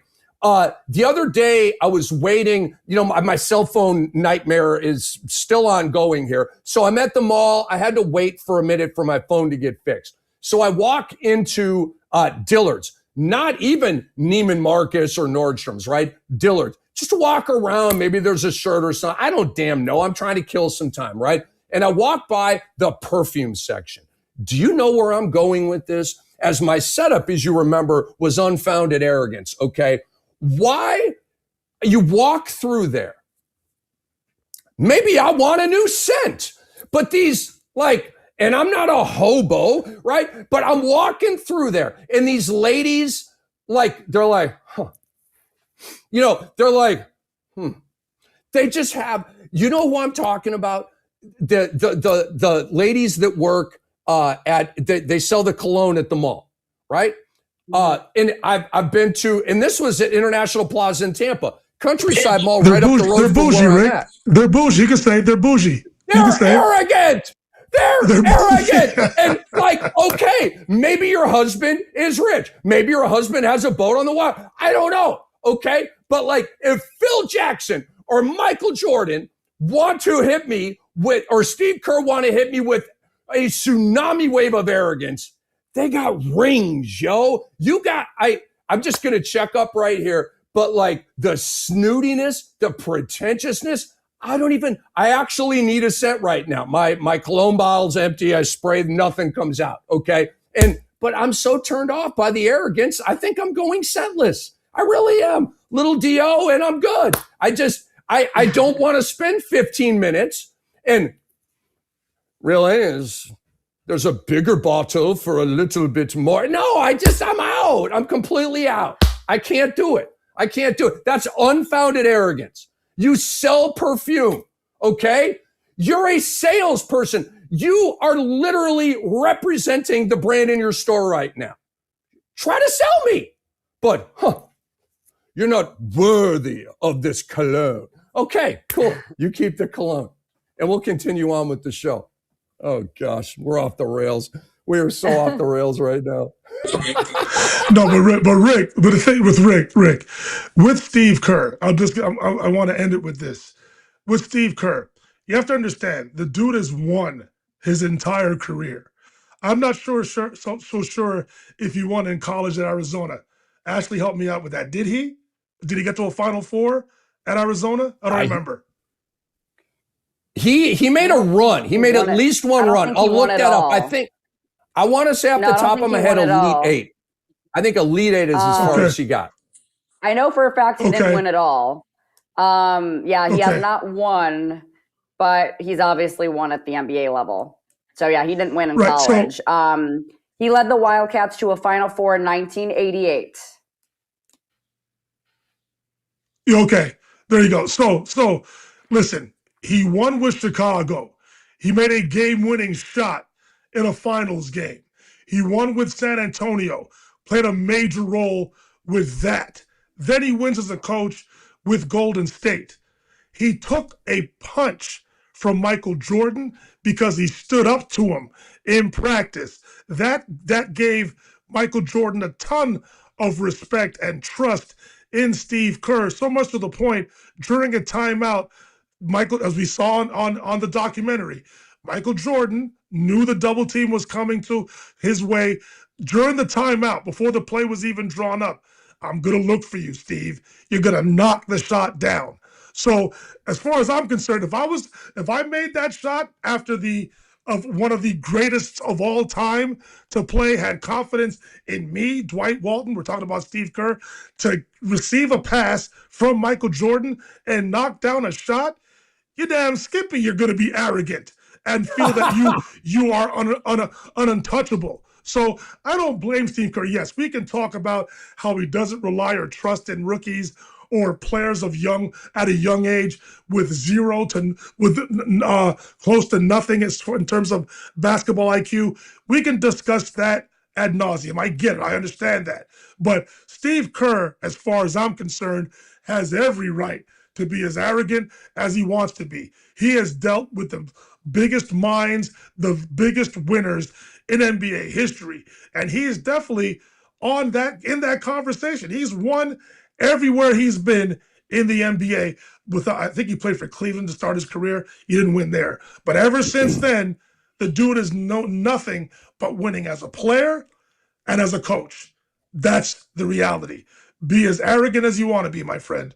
Go right ahead.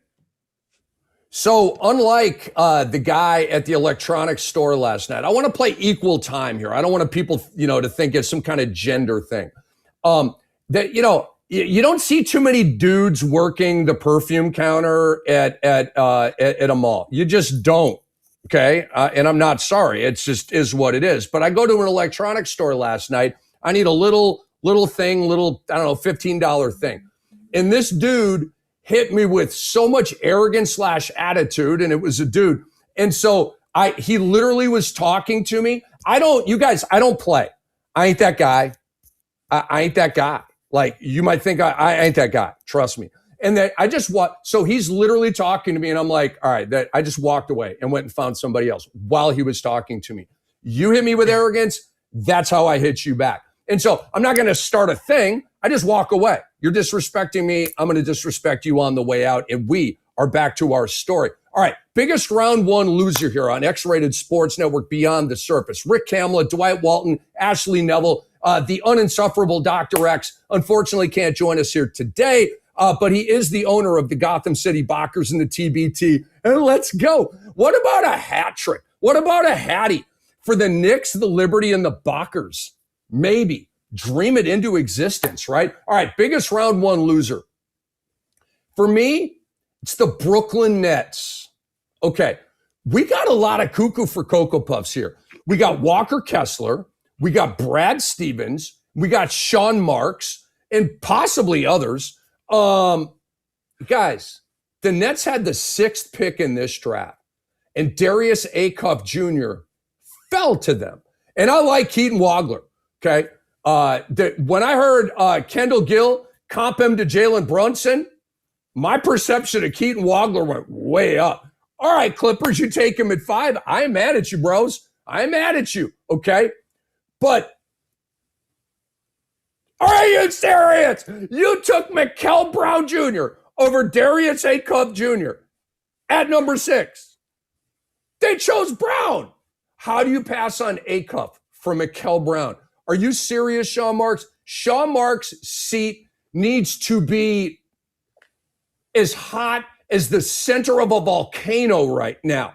Bro, it's unbelievable. I mean, he's got to have pictures of Joseph Tsai. He has to. What has Sean Marks done in Brooklyn that's good?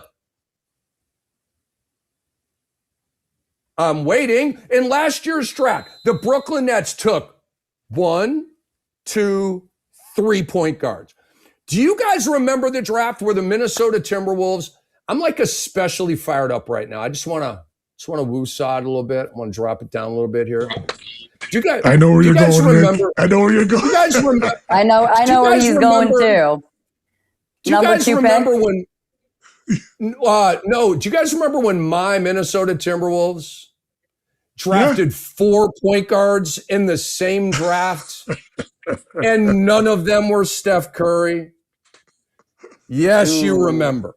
Okay, yes. That was it was Ricky Rubio, Johnny Flynn, Ty Lawson, Johnny Wright, and a Greek player who's still balling.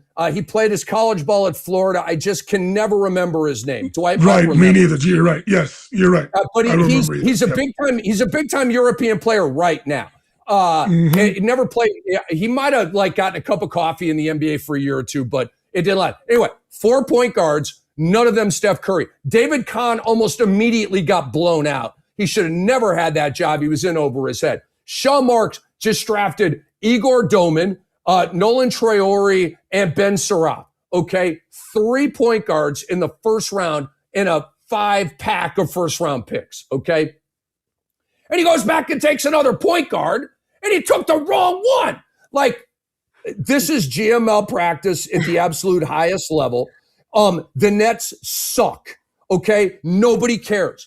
People in Brooklyn that wear black and white everywhere they don't even care about the team, okay? Igor Doman, think about this too. Igor Doman, I think is how you say his name. He's too inconsequential for me right now to even really understand how to say his name. They took him at 8 last year over Colin Murray Boyles, and Derek Queen. Bro, this is a fireable offense. The Nets have the worst roster in the league. It's even worse than the BUTT Memphis Grizzlies roster. Sean Marks' game plan, I tell you what it is. He doesn't have one.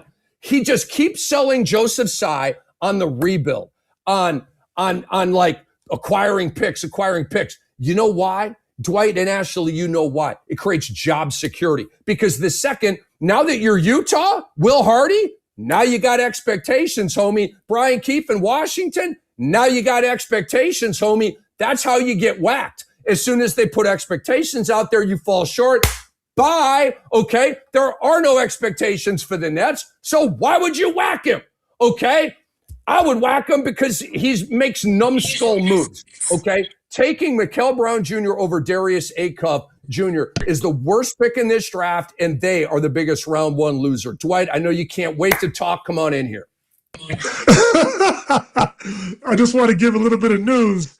The aforementioned Golden State Warriors are looking to move Jimmy Butler.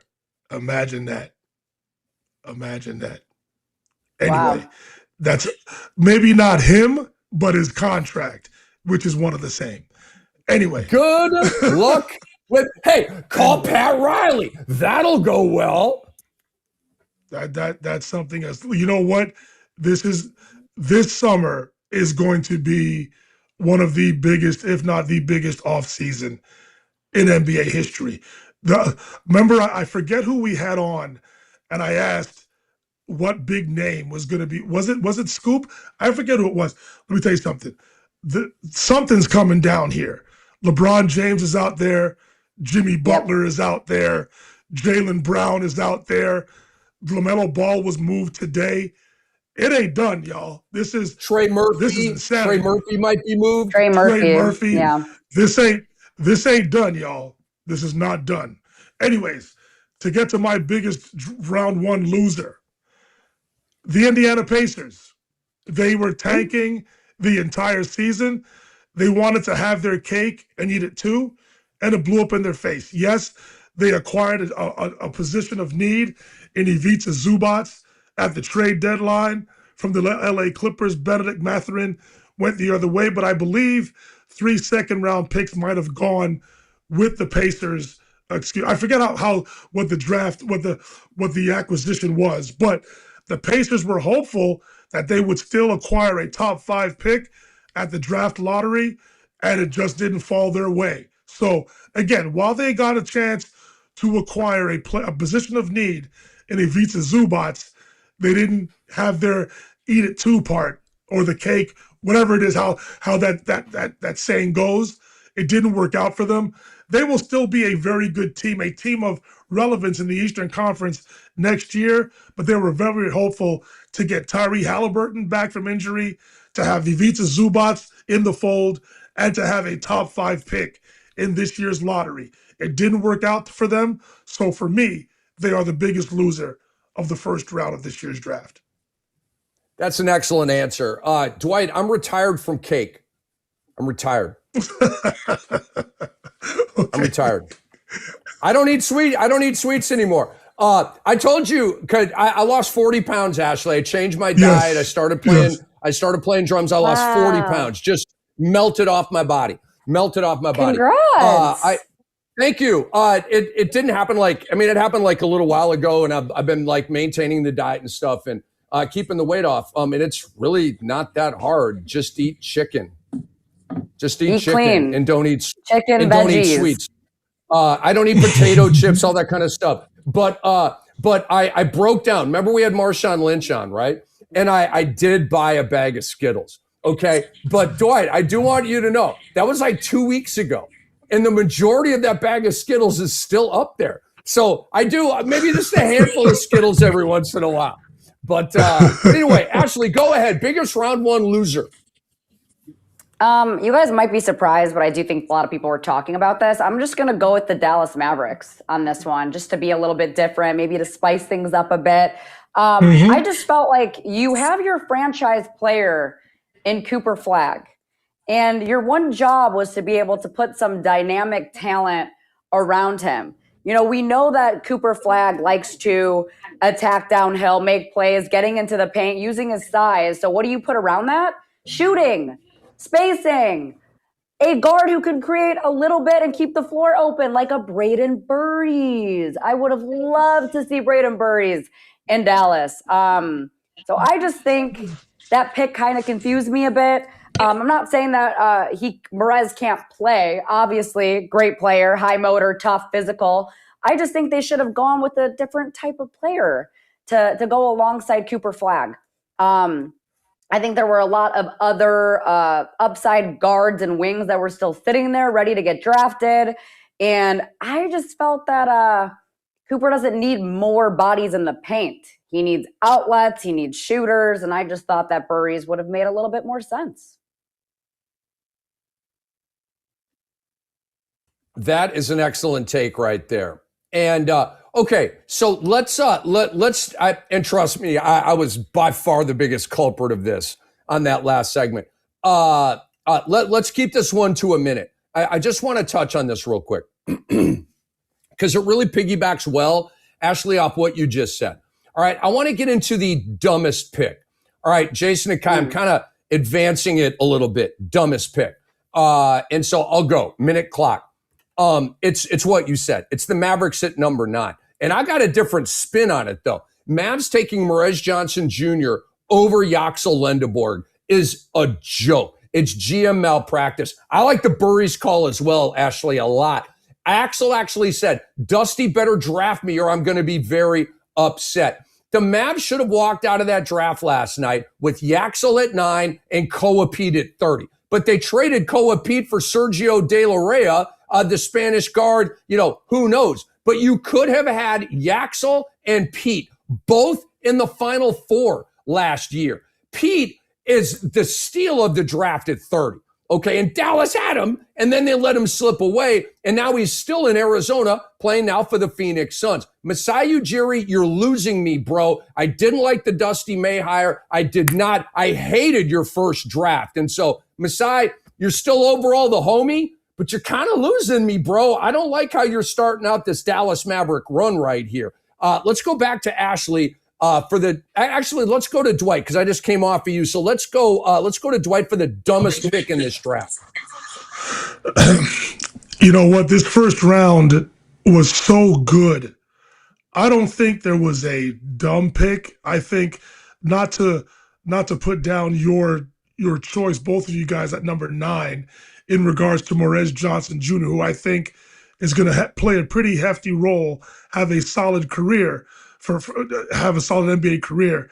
I think they didn't go the dynamic guard route because I think Masai Ujiri is going to keep Kyrie Irving around to be some sort of mentor for Cooper Flagg, at least for the next season. Now, can Kyrie Irving still get moved? That remains to be seen, but I think that's why that was done. But I'm not going to say anybody made a dumb pick in the first round. What I could say is, could I have seen Darius Acuff Jr. in Brooklyn rather than Michael Brown Jr.? Yes, we could discuss that. But to your point, Rick, the Nets have 3 point guards on their roster. I think Michael Brown Jr. is more of a 2/combo. So instead of going the Acuff Jr. route, they went with Michael Brown, who could shoot the ball as soon as he gets into the gym. Yes, there are some back concerns. That's understandable.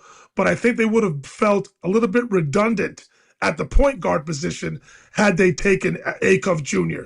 So I understand why the Nets did this. But if there's to answer this question, if there's a dumb pick, maybe you could have switched Acuff Jr. and Brown Jr. Maybe. That's my only gripe in the first round. Maybe. Ashley, dumbest pick. My dumbest pick, and you've mentioned him a few times, Nate Ament. I don't see the aggression and the explosiveness that I think he needs to compete at a high level for his position. Now, I'm not saying the talent's not there, but I've seen him play at Section 7 in Arizona before he went to college. And some of those games in college, I just don't see the motor. I don't see that, like, I'm tough and I'm going to grab a rebound and I'm going to finish at the rim. I mean, 43% shooting on twos at Tennessee, struggling as a finisher, below average speed and explosiveness, being a little stiff defensively for me as well. And again, you just got rid of Giannis Antetokounmpo.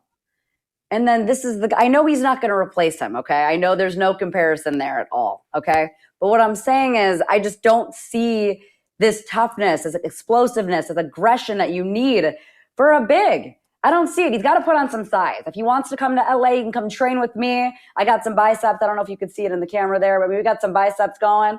If he wants to come train with me, let's go. He could come train with me. I'll give him all the creatine, the protein that he needs to thrive at a high level. But I just don't see it. I just don't see it. Ashley, okay, so real quick, give him the double gun flex. Like widen out the shot a little bit. Give him the double gun flex. Let's go, Ashley. Let's go. I got some guns. That homie's putting in the work in the gym right there. I see you, Ashley. I see you. Absolutely. And you know what? It's funny you say Nate Ament because he's the player that the pundits say have the most potential in the draft. Ooh. Because, you know, Fran Fraschilla is famous for his quote, he's 2 years away from being 2 years away. I don't think Nate Ament is in that quote, but I think he's the player that has been given the most grace in this first round, if you will, to eventually grow into the player that they think that the Bucks think he's going to grow into. So at 13, that's why they took Burries ahead of Amen. Amen at the beginning of the year, Ashley and Rick, I believe he was in the top 5 in terms of lottery projections. But over the course of the year, some of the flaws, the weaknesses started to rear its ugly head as the season went on for Amen. So Amen right here, I don't want to call him a stash lottery pick, but in the case of the Bucks, I believe he's a stash pick. Come back to us talking about the Bucks in 2 or 3 seasons, and then let's see if we made the right choice in regards to Nate Ahmed. I think he's still a project. He's definitely going to grow into his body. The Bucks are going to put a program in place for him, and they're going to allow him, they're going to give him the grace that we're going to allow a rookie to eventually grow into the player that the Bucks think he's going to grow into. I think that's fair. And I'm not saying by any means, I want him to succeed. I want him to do well, just like I want all these rookies to do well. But we had to answer this question, and that was the answer that I just felt just by watching him play, and again, seeing him drop a little bit. I hope I'm wrong. He's got to want it. That's the difference, right? Like, the upside's there, but does he want it enough to get there? And I think it's going to come down to him and how much work he's willing to put in to get there. And we could also add, Nate can come train with me, KD, and we can add Chet if they want to come train with me in LA this summer. I will put y'all through my routine in the weight room, and I'll get you on a meal plan and a supplementation plan, and I'm going to get y'all right. Wembanyama too, Ashley. Bring him in as well. Add him. Yep. I'll add him too. I'll get them all right. Can you imagine if they all took me up on that and were like, yo, you know, we'll come out to LA and we'll train with you. That would be crazy. That would be insane. I'm not a trainer by any means, but I feel like I've done pretty good for myself. And I've worked with a couple trainers over the course of the last decade. So I know what it takes to get there. So give me a call. If any of y'all need me, I'm here. It's going to be tough, though. It's going to be tough. Wemby's got a date with the Monks, and so he's going to be busy with them. And I'm not sure that he's going to be able to work out. And there it is. Wemby, we got to work on these anger management issues, man. Come on, man. And don't go to the Draymond Green school of anger management, for the love of Naismith, please. All right. Just last thing, Ashley, I think you make a great point about the motor. I was surprised that Ahmed dropped to 13. He was being mocked in the top 10. I didn't look up his recruiting class grade rank, but it was probably top 10.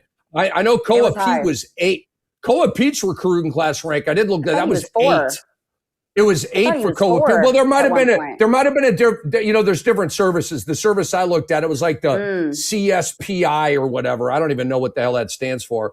But it was the one on basketballreference.com. It had him at 8. But nevertheless, Koa Pete safely top 10 in his recruiting class, and the guy falls to 30. And he made the friggin' Final Four as the second best player on that team. Koa Pete, I don't know why they did you dirty, bro, but prove them all wrong. All right, we're moving on. Austin Reaves is going nowhere. 4 years, $185 million. And I'll just read this ESPN thing. It's pretty heady. The Reaves agreement has no impact on the Lakers' cap flexibility this summer, as the team's projected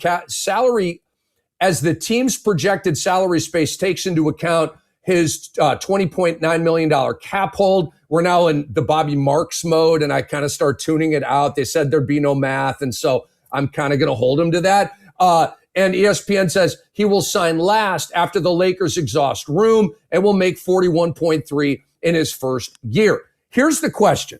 Okay, Austin Reaves is a Laker. I think we all presumed that he would be. There were some reports that Detroit's going to make a run, but we saw how far that went. It didn't go anywhere. Okay, here's the question, because that's just news for the people and some food for your mind. Should the Lakers trade LeBron James for Jarrett Allen? Okay, Dwight, I'm going to give you a tiny bit of setup, and I'm going to ask you first, because this is a brain melter for Dwight Walton. He is our resident LeBron James advocate, and he has been promoting the return of the big man the whole show. We, Dwight Walton, are at a crossroads. Something's got to give. Here's the last piece of setup. the Lakers would be very open to trading LeBron James for Jarrett Allen, according to Brian Windhorst. He says, obviously, LeBron would have to want to sign with the Cavs, but if your pathway to paying LeBron the money is to trade Jarrett Allen for him, the Lakers would kill for Jarrett Allen. Kill for him, he emphasized. All right, they would do that deal in 17/10 of a second. Windhorst said this to ESPN Cleveland. And so, Dwight, come on in here. Are you trading LeBron for Jarrett Allen? Are you doing that? If I want the Lakers to move forward, yes, I'm making the deal. And because it's just smart business. It's just smart business. Rob Pelinka, Jeannie Buss, and the new Laker organized new management of the Lakers promised Luka Doncic a championship contending roster for the summer of 2026. We talked about the Bobby Marks angle of this, to where Austin Reaves' new contract does not affect the salary cap. However, the $50 million that the Lakers do have, that will involve LeBron James as to what he wants, his true market value, as opposed to what he should do if he wants to remain in Los Angeles and be a part of the Luka Doncic-led championship puzzle. The only question here is, and I know I'm going over time, so I apologize. The only question here is, will LeBron suppress his ego enough to not take the market value that he and Rich Paul feel he deserves? And I think he justifiably deserves it. However, if you want to compete in today's NBA for a championship, and the Lakers are all about competing for championships, Jarrett Allen is in the conversation for a relevant center to play with Luka Doncic, Austin Reaves, and definitely fits the bill in terms of what the Lakers need in terms of rim protection, a rebounder, a center that can guard in space, in screen roll action. He is a lob threat.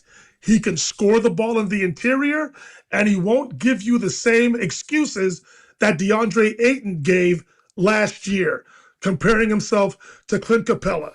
Jarrett Allen just wants to come into a team and be a part of a championship contender. That's all he cares about. So, from a business standpoint, from a move forward standpoint, the Lakers should absolutely consider trading LeBron James for a Jarrett Allen type. Maybe not Jarrett Allen, but a Jarrett Allen type. That's who fits the bill mostly for two players that aren't known for their defense. They will try it, they will compete, but they're not known for their defense. Talking about Luka Doncic and Austin Reaves. You have to put the right pieces around them so they can go forward and compete. But if LeBron wants to suppress his ego and take $10 to $20 million rather than the $30 million that he wants, maybe not. So should the Lakers consider trading LeBron for Jarrett Allen or that player of significance on the interior? Absolutely. Yes. Okay, Ashley. I'll wait on my response here. Go ahead. Are you sending LeBron back to Cleveland and bringing in Jarrett Allen? I get why they want to do this. I understand. If they want to win now, and like Dwight said, they promised Luka a championship contending roster. And what they have now is not going to provide that. DeAndre Ayton can't catch a basketball to save his damn life. So do I think this is a better move for them than a DeAndre Ayton? Absolutely. Again, no excuse kind of guy, plays hard, could be a double-double machine every night, especially playing alongside Luka Doncic. Obviously, Austin Reaves was signed to his contract because Luka and him are great friends and Luka wanted him there. And I think the front office is listening to what Luka wants because that was a part of the deal in bringing him to Los Angeles. I love LeBron. I'm just as big of a fan that Dwight is. I've met LeBron on a few occasions. Great guy. I want to see him win. I'm sick of the MJ, LeBron debate. And I think, LeBron has done everything to strive for greatness, if you will. Now, if he really wants to take that tagline to the next level, I'm going to need you to set your ego aside, take less money, stay on the Los Angeles Lakers, retire in a Los Angeles Lakers jersey, and do your retirement tour correctly, because this could be a huge money grab in Los Angeles as well. We want to talk about them potentially going in between the first and second apron. Okay, well, you could make your money back by doing a nice little farewell tour for LeBron. But yeah, I think if they really are serious about this, LeBron, I'm sorry. If you're not willing to take less money, you're out of here. You're out of here. I would grab a Jarrett Allen again. They're looking for the future now. They're looking to win right now, but also for the future. LeBron doesn't fit the future scenarios. So I would say, LeBron, either you take less money or peace out. You gone. Wow. How quickly we forget. I'm just kidding. I'm just kidding. I'm just kidding. I have a different answer. I have a much different answer. I am not trading LeBron James for Jarrett Allen. Jarrett Allen does not get you closer to beating San Antonio or OKC than LeBron James. I know positionally, you got to have bigs, blah, blah, blah. I get it. In a playoff series, LeBron James is going to do more to help you beat Wemby or SGA than Jarrett Allen will. That's fact. There's going to be other bigs, but God, you have DeAndre. The bottom line is this: Jarrett Allen's overrated. Jarrett Allen shrinks. I know he had the third quarter against whoever the heck they were playing. I think it was a closeout game. He had that masterful third quarter. He had like 20 points, 8 of 8 shooting or something in the quarter, whatever it was. Good for you, Jarrett. He's a really, really good guy. I've met Jarrett Allen. I've interviewed him multiple times. I throw this, I don't throw it around. There's just a ton of nice guys in the NBA. I was watching the second round last night, and my guy Mark Tatum. I'm completely you guys, no concept of the clock today. That's on me. Okay, so let me get to my answer here. Enough about all that. LeBron James rises to the occasion. Allen shrinks. You have to see what a healthy big three, LeBron, Luka, and Reaves, you have to see what they can do. You have to stay the course. Like, if it's a disaster, if Luka plays 41 games again because SOFT, then okay, make another decision. But Jarrett Allen does not make the Lakers a better defensive team. Allen does not make the Lakers more dynamic. Allen does not make them more athletic. He does not make them better at shooting. These are all the problems with the Lakers. Better defense, more dynamicism, more athleticism, more shooting. He does not check any of those boxes, okay? I would rather have Ayton at his money than Jarrett Allen at like $30 million a year. So to me, Jarrett Allen is overrated, and I would not do that deal. Any last tennis game here before we move on to our rant? No, again, like I said, I didn't necessarily say for Jarrett Allen. I said a center of relevance. But the concept, I understand what the Lakers want to do. And Rick, you make a great point. LeBron James may be more valuable in terms of his playoff experience and what he brings to the table. But not having LeBron James on the roster, what that does, it takes the pressure off of Rob Pelinka in whom he can acquire now. LeBron, I don't want to call him a cloud, but his presence hovers over the Lakers organization right now. So if you bring in, let's say it's a Jarrett Allen, then you could go out there and get some other young pieces. I think it started with the drafting of Cameron Carr at number 24. I think it's a great pickup for the Lakers. He checks all the boxes in terms of being able to defend at an elite level. He can definitely shoot the ball from distance, and he's athletic as hell. So that fits a need for the Lakers. But you're going to need to acquire a lot more players like that for the Lakers to put themselves back into the championship conversation. So that's why the concept I agree with. It doesn't have to be for Jarrett Allen, but I understand the concept of what this question is framed out to be. So I understand that part.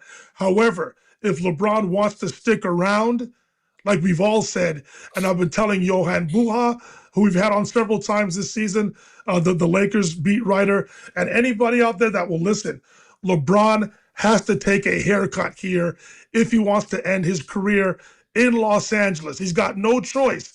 I don't want to put my hands in anybody's pockets, but if he wants to be a Laker and he wants the Lakers to contend for championships, and if they want to get a center of relevance, whether it's Jarrett Allen or somebody else, he has to capitulate or conform or comply by taking a pay cut. If you want to stay, LeBron, you got to fit.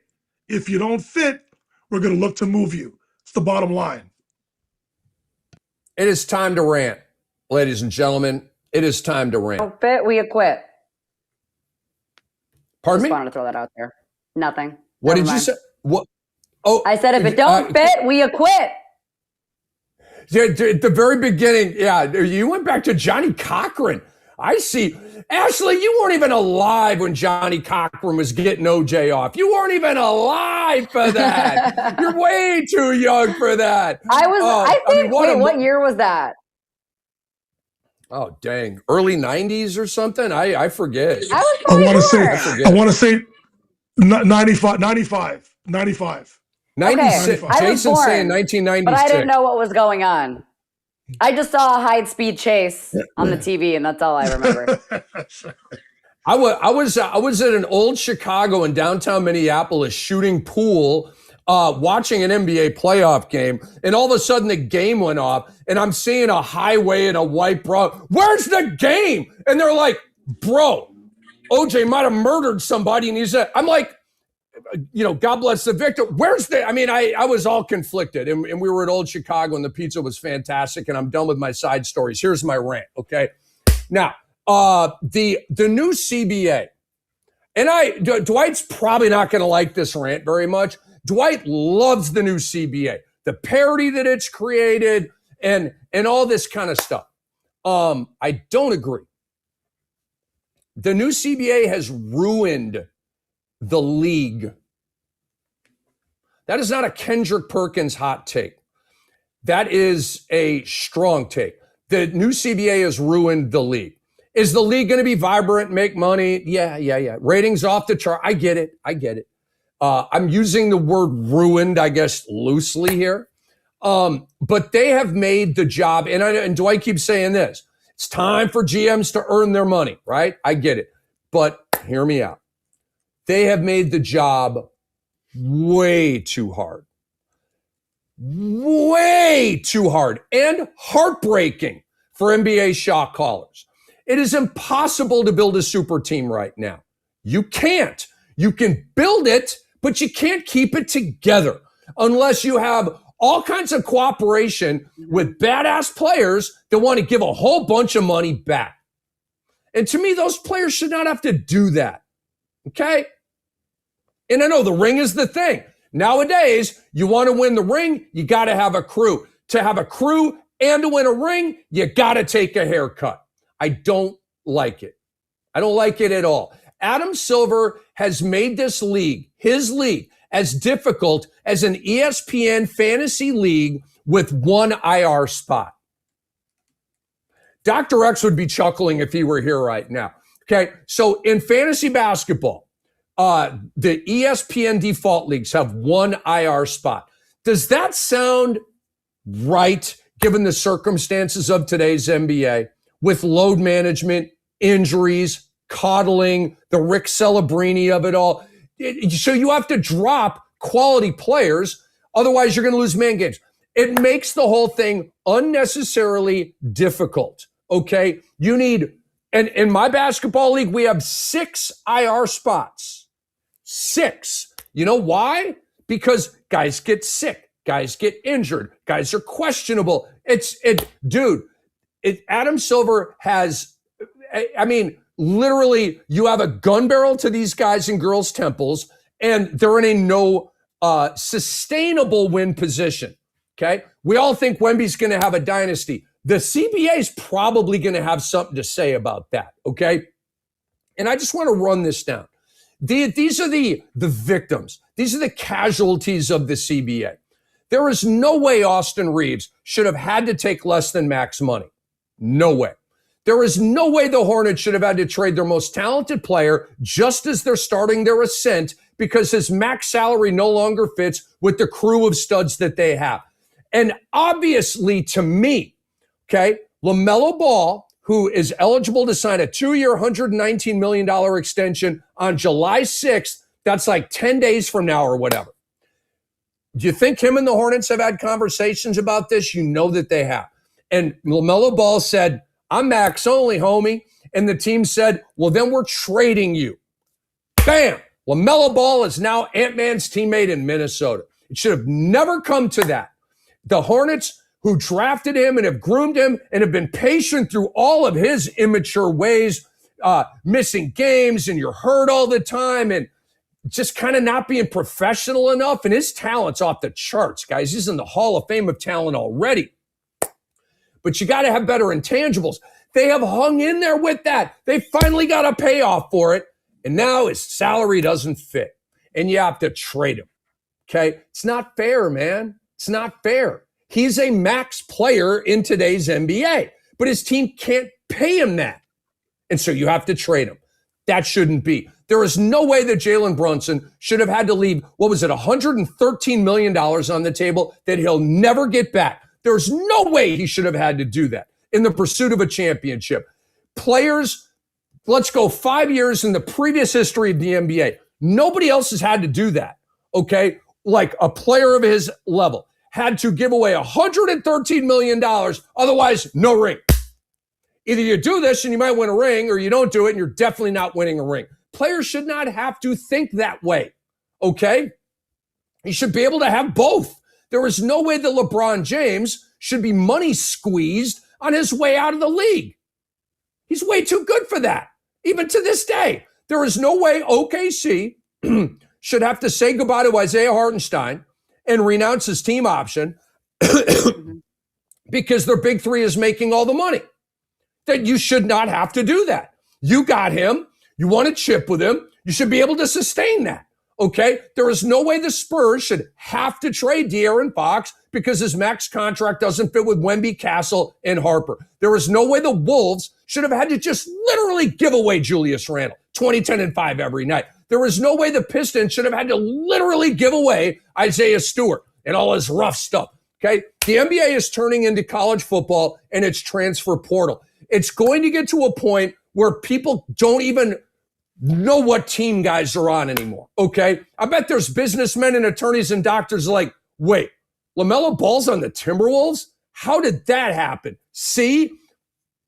And lastly, the person who's the most pissed at the new CBA is not me. It's Shams Charania. Shams Charania will not sleep until August. But Shams, I have advice for you. Red Bull gives you wings. Ashley Neville, what's your rant? I have a feeling Dwight was probably going to say the same one as me, or maybe the opposite, but I'm absolutely sick. He can't steal it from you now, though. You're going first. He might, but he might take the other angle. I'm not sure his thoughts on this, but I'd be interested because he texted us in the group chat. And I'm happy the WNBA did something to Alyssa Thomas after her egregious flagrant 2 foul on Caitlin Clark last night. Okay, there's a difference between physicality, tough defense, hard screens, double teams, and a whole other thing when it comes to shoving your fist and your face or your hand into Caitlin Clark's neck. 2 completely different things. That's not physical basketball. That's trying to send Caitlin Clark a message. That's trying to rough her up because these girls just don't like her. For whatever reason, they don't like that she's the face of the league. They don't like that she's selling out arenas. They don't like that her jersey sales are through the roof. And you know what? I'm sorry, but how is that her fault? How is that her fault? She's just playing basketball. She's out here pulling up from half court like Steph Curry. We had never seen that before. So she has transcended the game of basketball, the women's game of basketball. That's not her fault that people are wanting to tune in and watch. So now you're going to rough her up. You're going to shove your fist into her neck, and then you're going to stomp over her. So there was two different parts of this play here that were just completely and utterly disrespectful and unacceptable. So I don't know what this WNBA commissioner is doing. I don't know why she's not holding these referees more accountable, but this is unacceptable. They didn't even review the play. They didn't even call a common foul on the play. And that is my issue, that they actually had to go back today, review the footage and say, you know what? That was a flagrant 2, because all of us with eyeballs and a brain saw that clear as day in real time. That was a flagrant 2. If I've ever seen a flagrant 2 in my life, I bet you Draymond somewhere is screaming, flagrant 2, throw her out of here. And the refs, for whatever reason, just completely missed it. But I'm sick of these referees. I'm sick of the way they're missing and not calling calls, clear fouls, clear flagrants. And I hope the commissioner can get this under control. Well, but it's Kathy Engelbert, and Kathy Engelbert is incompetent. So I would bet no money on that happening. But you know what? This is just consistent to what Ashley Neville has been talking about. Because let's just think about it now. Had the Spurs taken care of business in Game 4 and went back to San Antonio tied at 2, and had the egregious closeout that we all talk about with Victor Wembanyama on Jalen Brunson, there was no foul called on that. There was a foul, but there was no flagrant foul called on that play. Had they gone to review after the game, would Victor Wembanyama have been suspended for Game 6? That would have been the story of the finals, right? I think the NBA suspended Draymond Green back in 2016, thinking that the Cavaliers weren't going to come back from a 3-1 deficit. So it was easier, if you want to put that in quotes. But Dwight, they had to. He had accumulated the flagrant point. Yes, no, I get it. I get it. They had to. But I think, okay, but true. But I just think the decision, just to continue with the story here, the decision was easier for the NBA to quickly suspend him because, yes, he did accumulate the technical foul points. I get it. But I think there was some in the bowels of the NBA office, they didn't think Cleveland was going to be the first team to come back from a 3-1 deficit. So I think that decision was a lot easier. I think,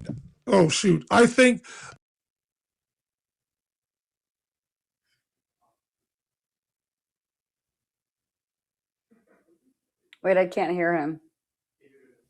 He did. Sorry about that. Sorry about that. Good. I just think it would have played a pivotal role in the decision going forward. Anyways, that's not my rant. My rant today is, first of all, I want to congratulate former assistant for the Minnesota Timberwolves, Micah Nori, in getting a chance to be a head coach for the first time in the NBA. However, that being said, I don't know if I'm going to sound as pissed off as JB Bickerstaff, who's the head of the Coaches Association in the NBA, but the way Tom Dundon has treated his staff, his head coaches with the Portland Trail Blazers, I know that the model has worked in terms of his National Hockey League club, the Carolina Hurricanes, who just won the Stanley Cup, and congratulations to them.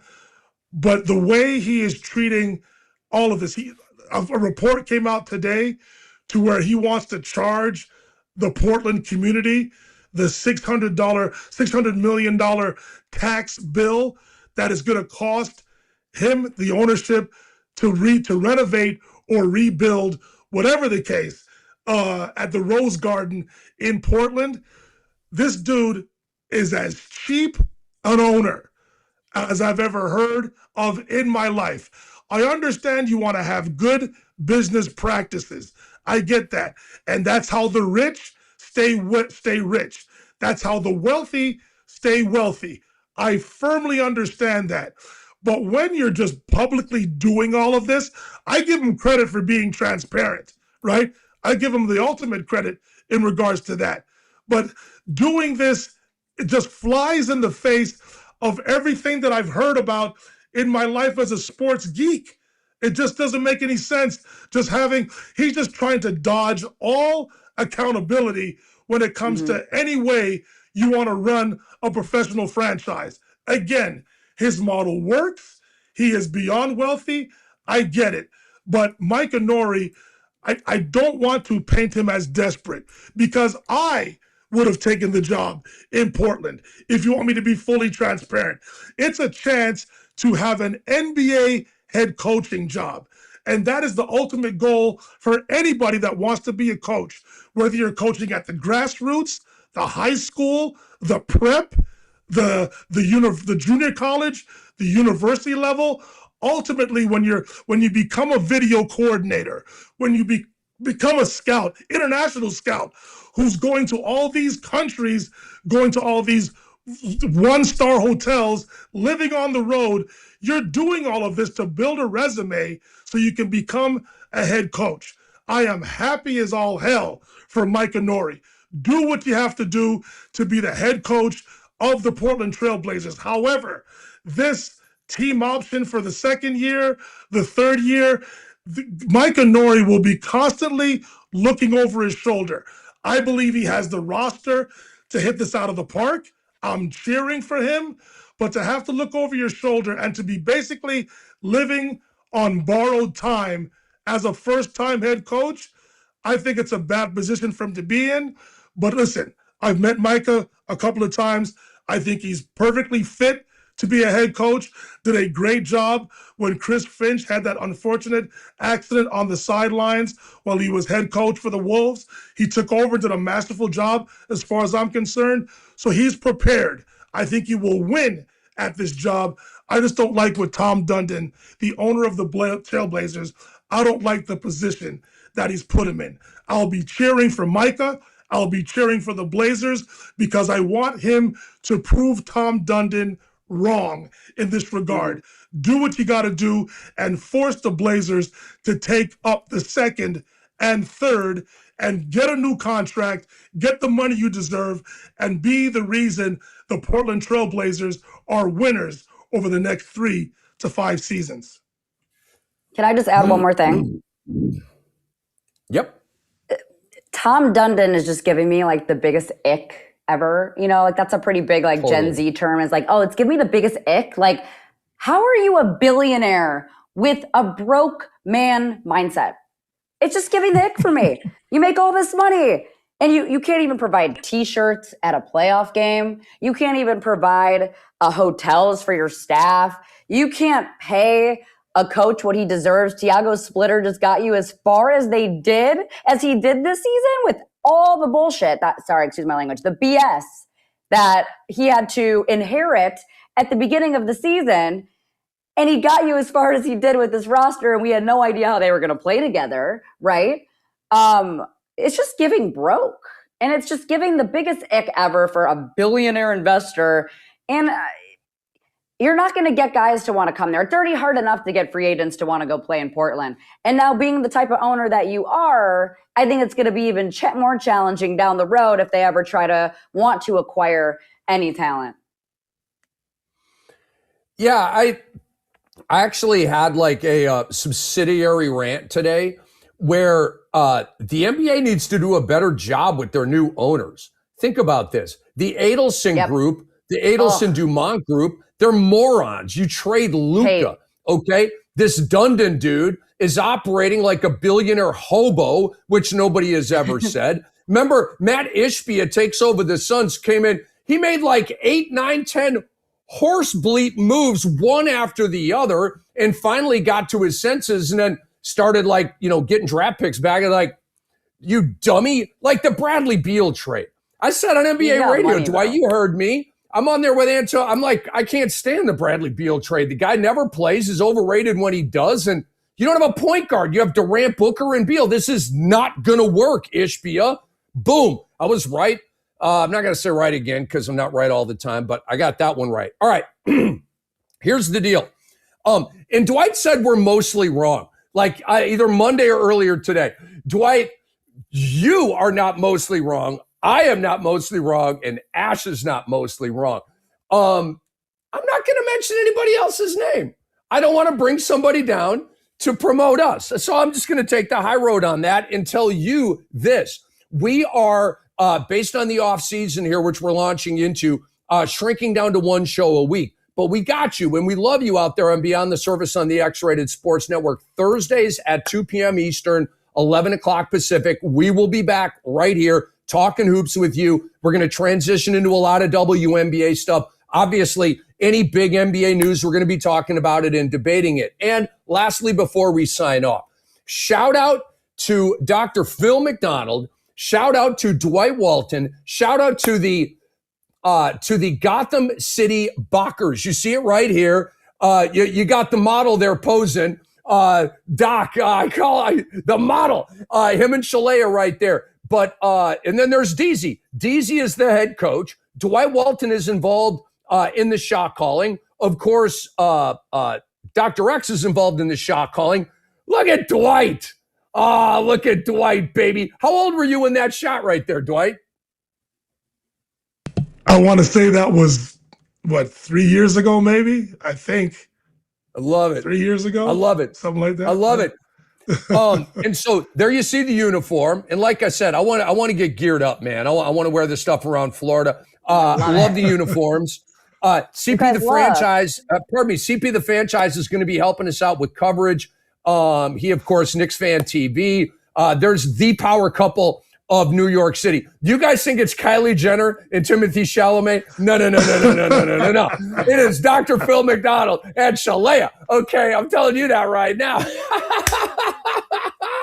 But Dwight, I'm so excited to be involved with this. Awesome logo. And I know you and Doc have been super, super busy with building this roster. Doc gave me a little download yesterday. The roster sounds great, man. It looks loaded to me, Dwight. Listen, again, because the tournament has shrunk to 16 teams, the winning team gets $2 million. We've been scouring the world trying to find the best roster that we can. We're dealing with a lot of leagues that we're in competition with. So we've done the best that we can. We understand that the other teams in our division, the mercenary division, which is going to be held in Las Vegas, we're having our training camp there from July 12th to the 21st. Our first game is on the 22nd. So stay tuned on Fox and on FS1 to see when we play. It would just be the perfect ending to where the Knicks won a championship. And if we can speak this championship into existence, my cousin and I, Dennis Scott, Derek Alston, we're trying to put the best roster forward to give ourselves a chance at the $2 million prize. So we're looking forward to it. It's definitely a challenge. But listen, in terms of size, I think we have a pretty good roster. Let's see after training camp the type of chemistry we can build and see if we can just ride that momentum and give ourselves a shot at least winning our division, winning our bracket, and going up against the alumni team in a championship series. I can't wait. We're looking forward to it. It's almost here, but it's a lot of hard work. I will say that. That's for sure. Guys, put up the still as we roll out here. Put up the still of just the Gotham City Bockers logo one more time, if you could. And by the way, look, that is not just a TBT logo. That's not just like a G League logo. That is an NBA quality logo right there. I think it is DOP. Yep. I think it is DOPE. For more information, guys and girls, go to GothamCityBockers.com. And like Dwight said, these games are going to be on a huge stick on Fox and FS1. There you see the sort of alternate logo right there. But shout out to the great Dr. X. He's absolutely amazing. I don't know how or when he sleeps with all the stuff he has going on, but we love him, and he is our guy. And we're all about the Gotham City Bockers. Ladies and gentlemen, we are out. Big thanks to Dwight, Ashley, Jason Arabulo, and we have Kai Josephson as well, kicking butt behind the glass. We will see you next Thursday at 2 p.m. Eastern time on Beyond the Surface on the X-Rated Sports Network. Subscribe to our YouTube page, and we'll see you soon. If it's game time talk, we the ones who connect.